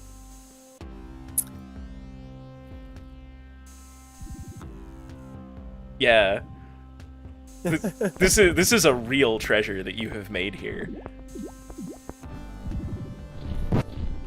So, I wanted to talk just a little bit more about carnivores before we wrap this stream up.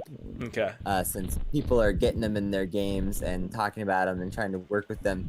Basically, the challenge to carnivores, in my experience, is that you have to already have a pretty stable system underneath that that carnivore, like a pretty stable environment that's like able to keep a large population of animals going, because that carnivore has to eat. So like if there's like major fluctuations in your population of animals on a regular basis, still that carnivore is not going to succeed. And then on top of that, that environment also needs to be strong enough to not just do that, but then accommodate that carnivore on top of it. You know, as just a side story, and the last thing that we're gonna do before I sign off, because I gotta get some sleep eventually, is I've actually used that concept to make myself feel comfortable with spiders over time, right?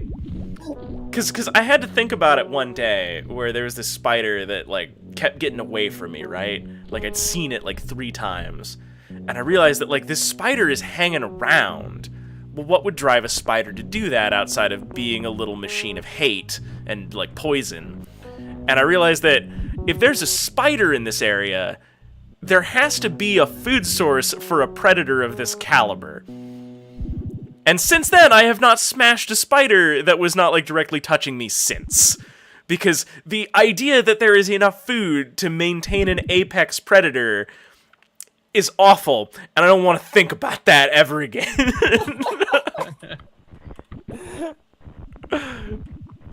Oh, has everything died again?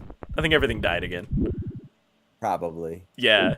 All right, so this also concludes the last test that I had for this game's logic. I don't have an egg in my pockets. I stuck one in a box earlier as soon as I could snap it up. And so the game knows that there's an egg somewhere. And it would be up to you in a much larger world to realize that, oh, hey, something's gone very wrong. All right, we're gonna put some water down before we bust that egg out. Actually, I'm gonna. Yeah, Oh, go on. I when the eggs were first being introduced, I tried to immediately exploit that system to have multiple, like starting genuses, you know. And then I quickly discovered that no, the game is smarter than me. It knows I have an egg. So I'm gonna introduce a really big, aggressive omnivore from the other game. Oh, fun! And we'll see how that goes.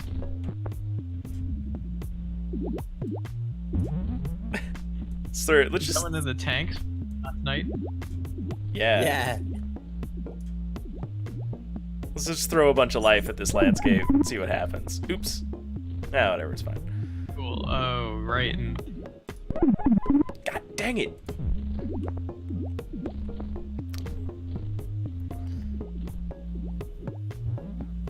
Battle Royale right now.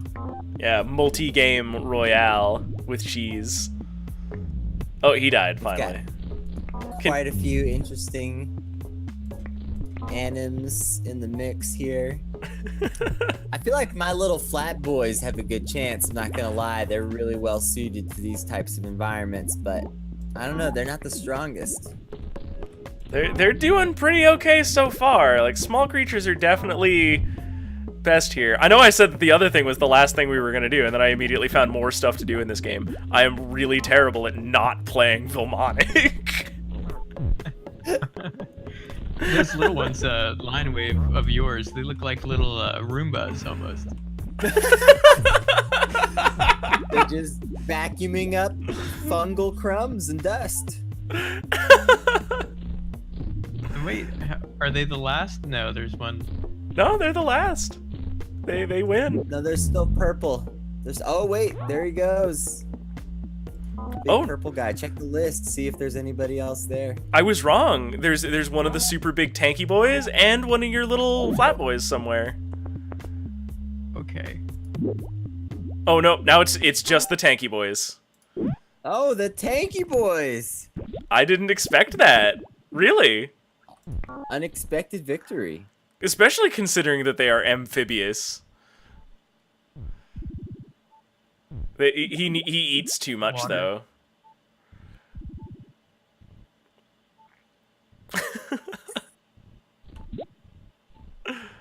Vacuuming up all that food.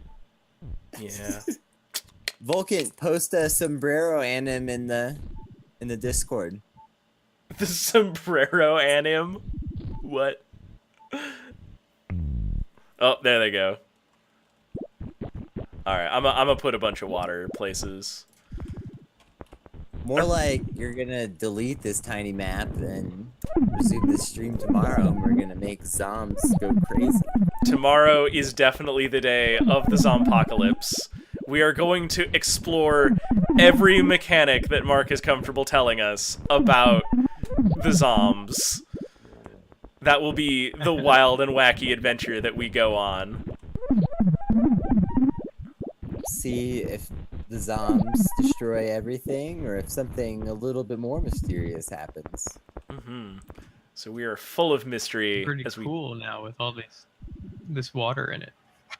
Oh yeah, I'm gonna try to have the two radical ends of the spectrum now, where there's a bunch of moisture that is unlivable and a bunch of dryness that is unlivable, and see if we can't get something to live in there. But that'll be myself doing that later off stream. I don't think you guys want to see a few more extinction events, and in fact, I'm also trying to go to bed. Oh yeah. That's the hold screen. So we're going to go to the end screen. And I just wanted to talk a little bit about what we got going on with Vilmonic here. We're still doing the art contest. Vulcan specifically has submitted some really interesting art, and we also have some animations that have been submitted for Vilmonic. So if you're seeing this, and $10 is a little bit too steep for something where you can cause an entire Animalia genocide, submit some art, and we'll see if it qualifies. Mark, do you have anything to add? Yeah, no, I just, what we keep seeing with the art is so great. So yeah, let's definitely get on that. Let's get more. Even if you think you can't draw, you're probably mistaken. Come on, send something in, because it's going to be cool. Yeah, we're excited for art either way. Me as an artist and Mark as the developer of the game, like, we want to see anything you got, like sticky notes, margins, little blobby creatures. Send them to us. If you think you can't draw, you're wrong, and you can. If you know you can't draw, you're also wrong. Send us art. We want to see it.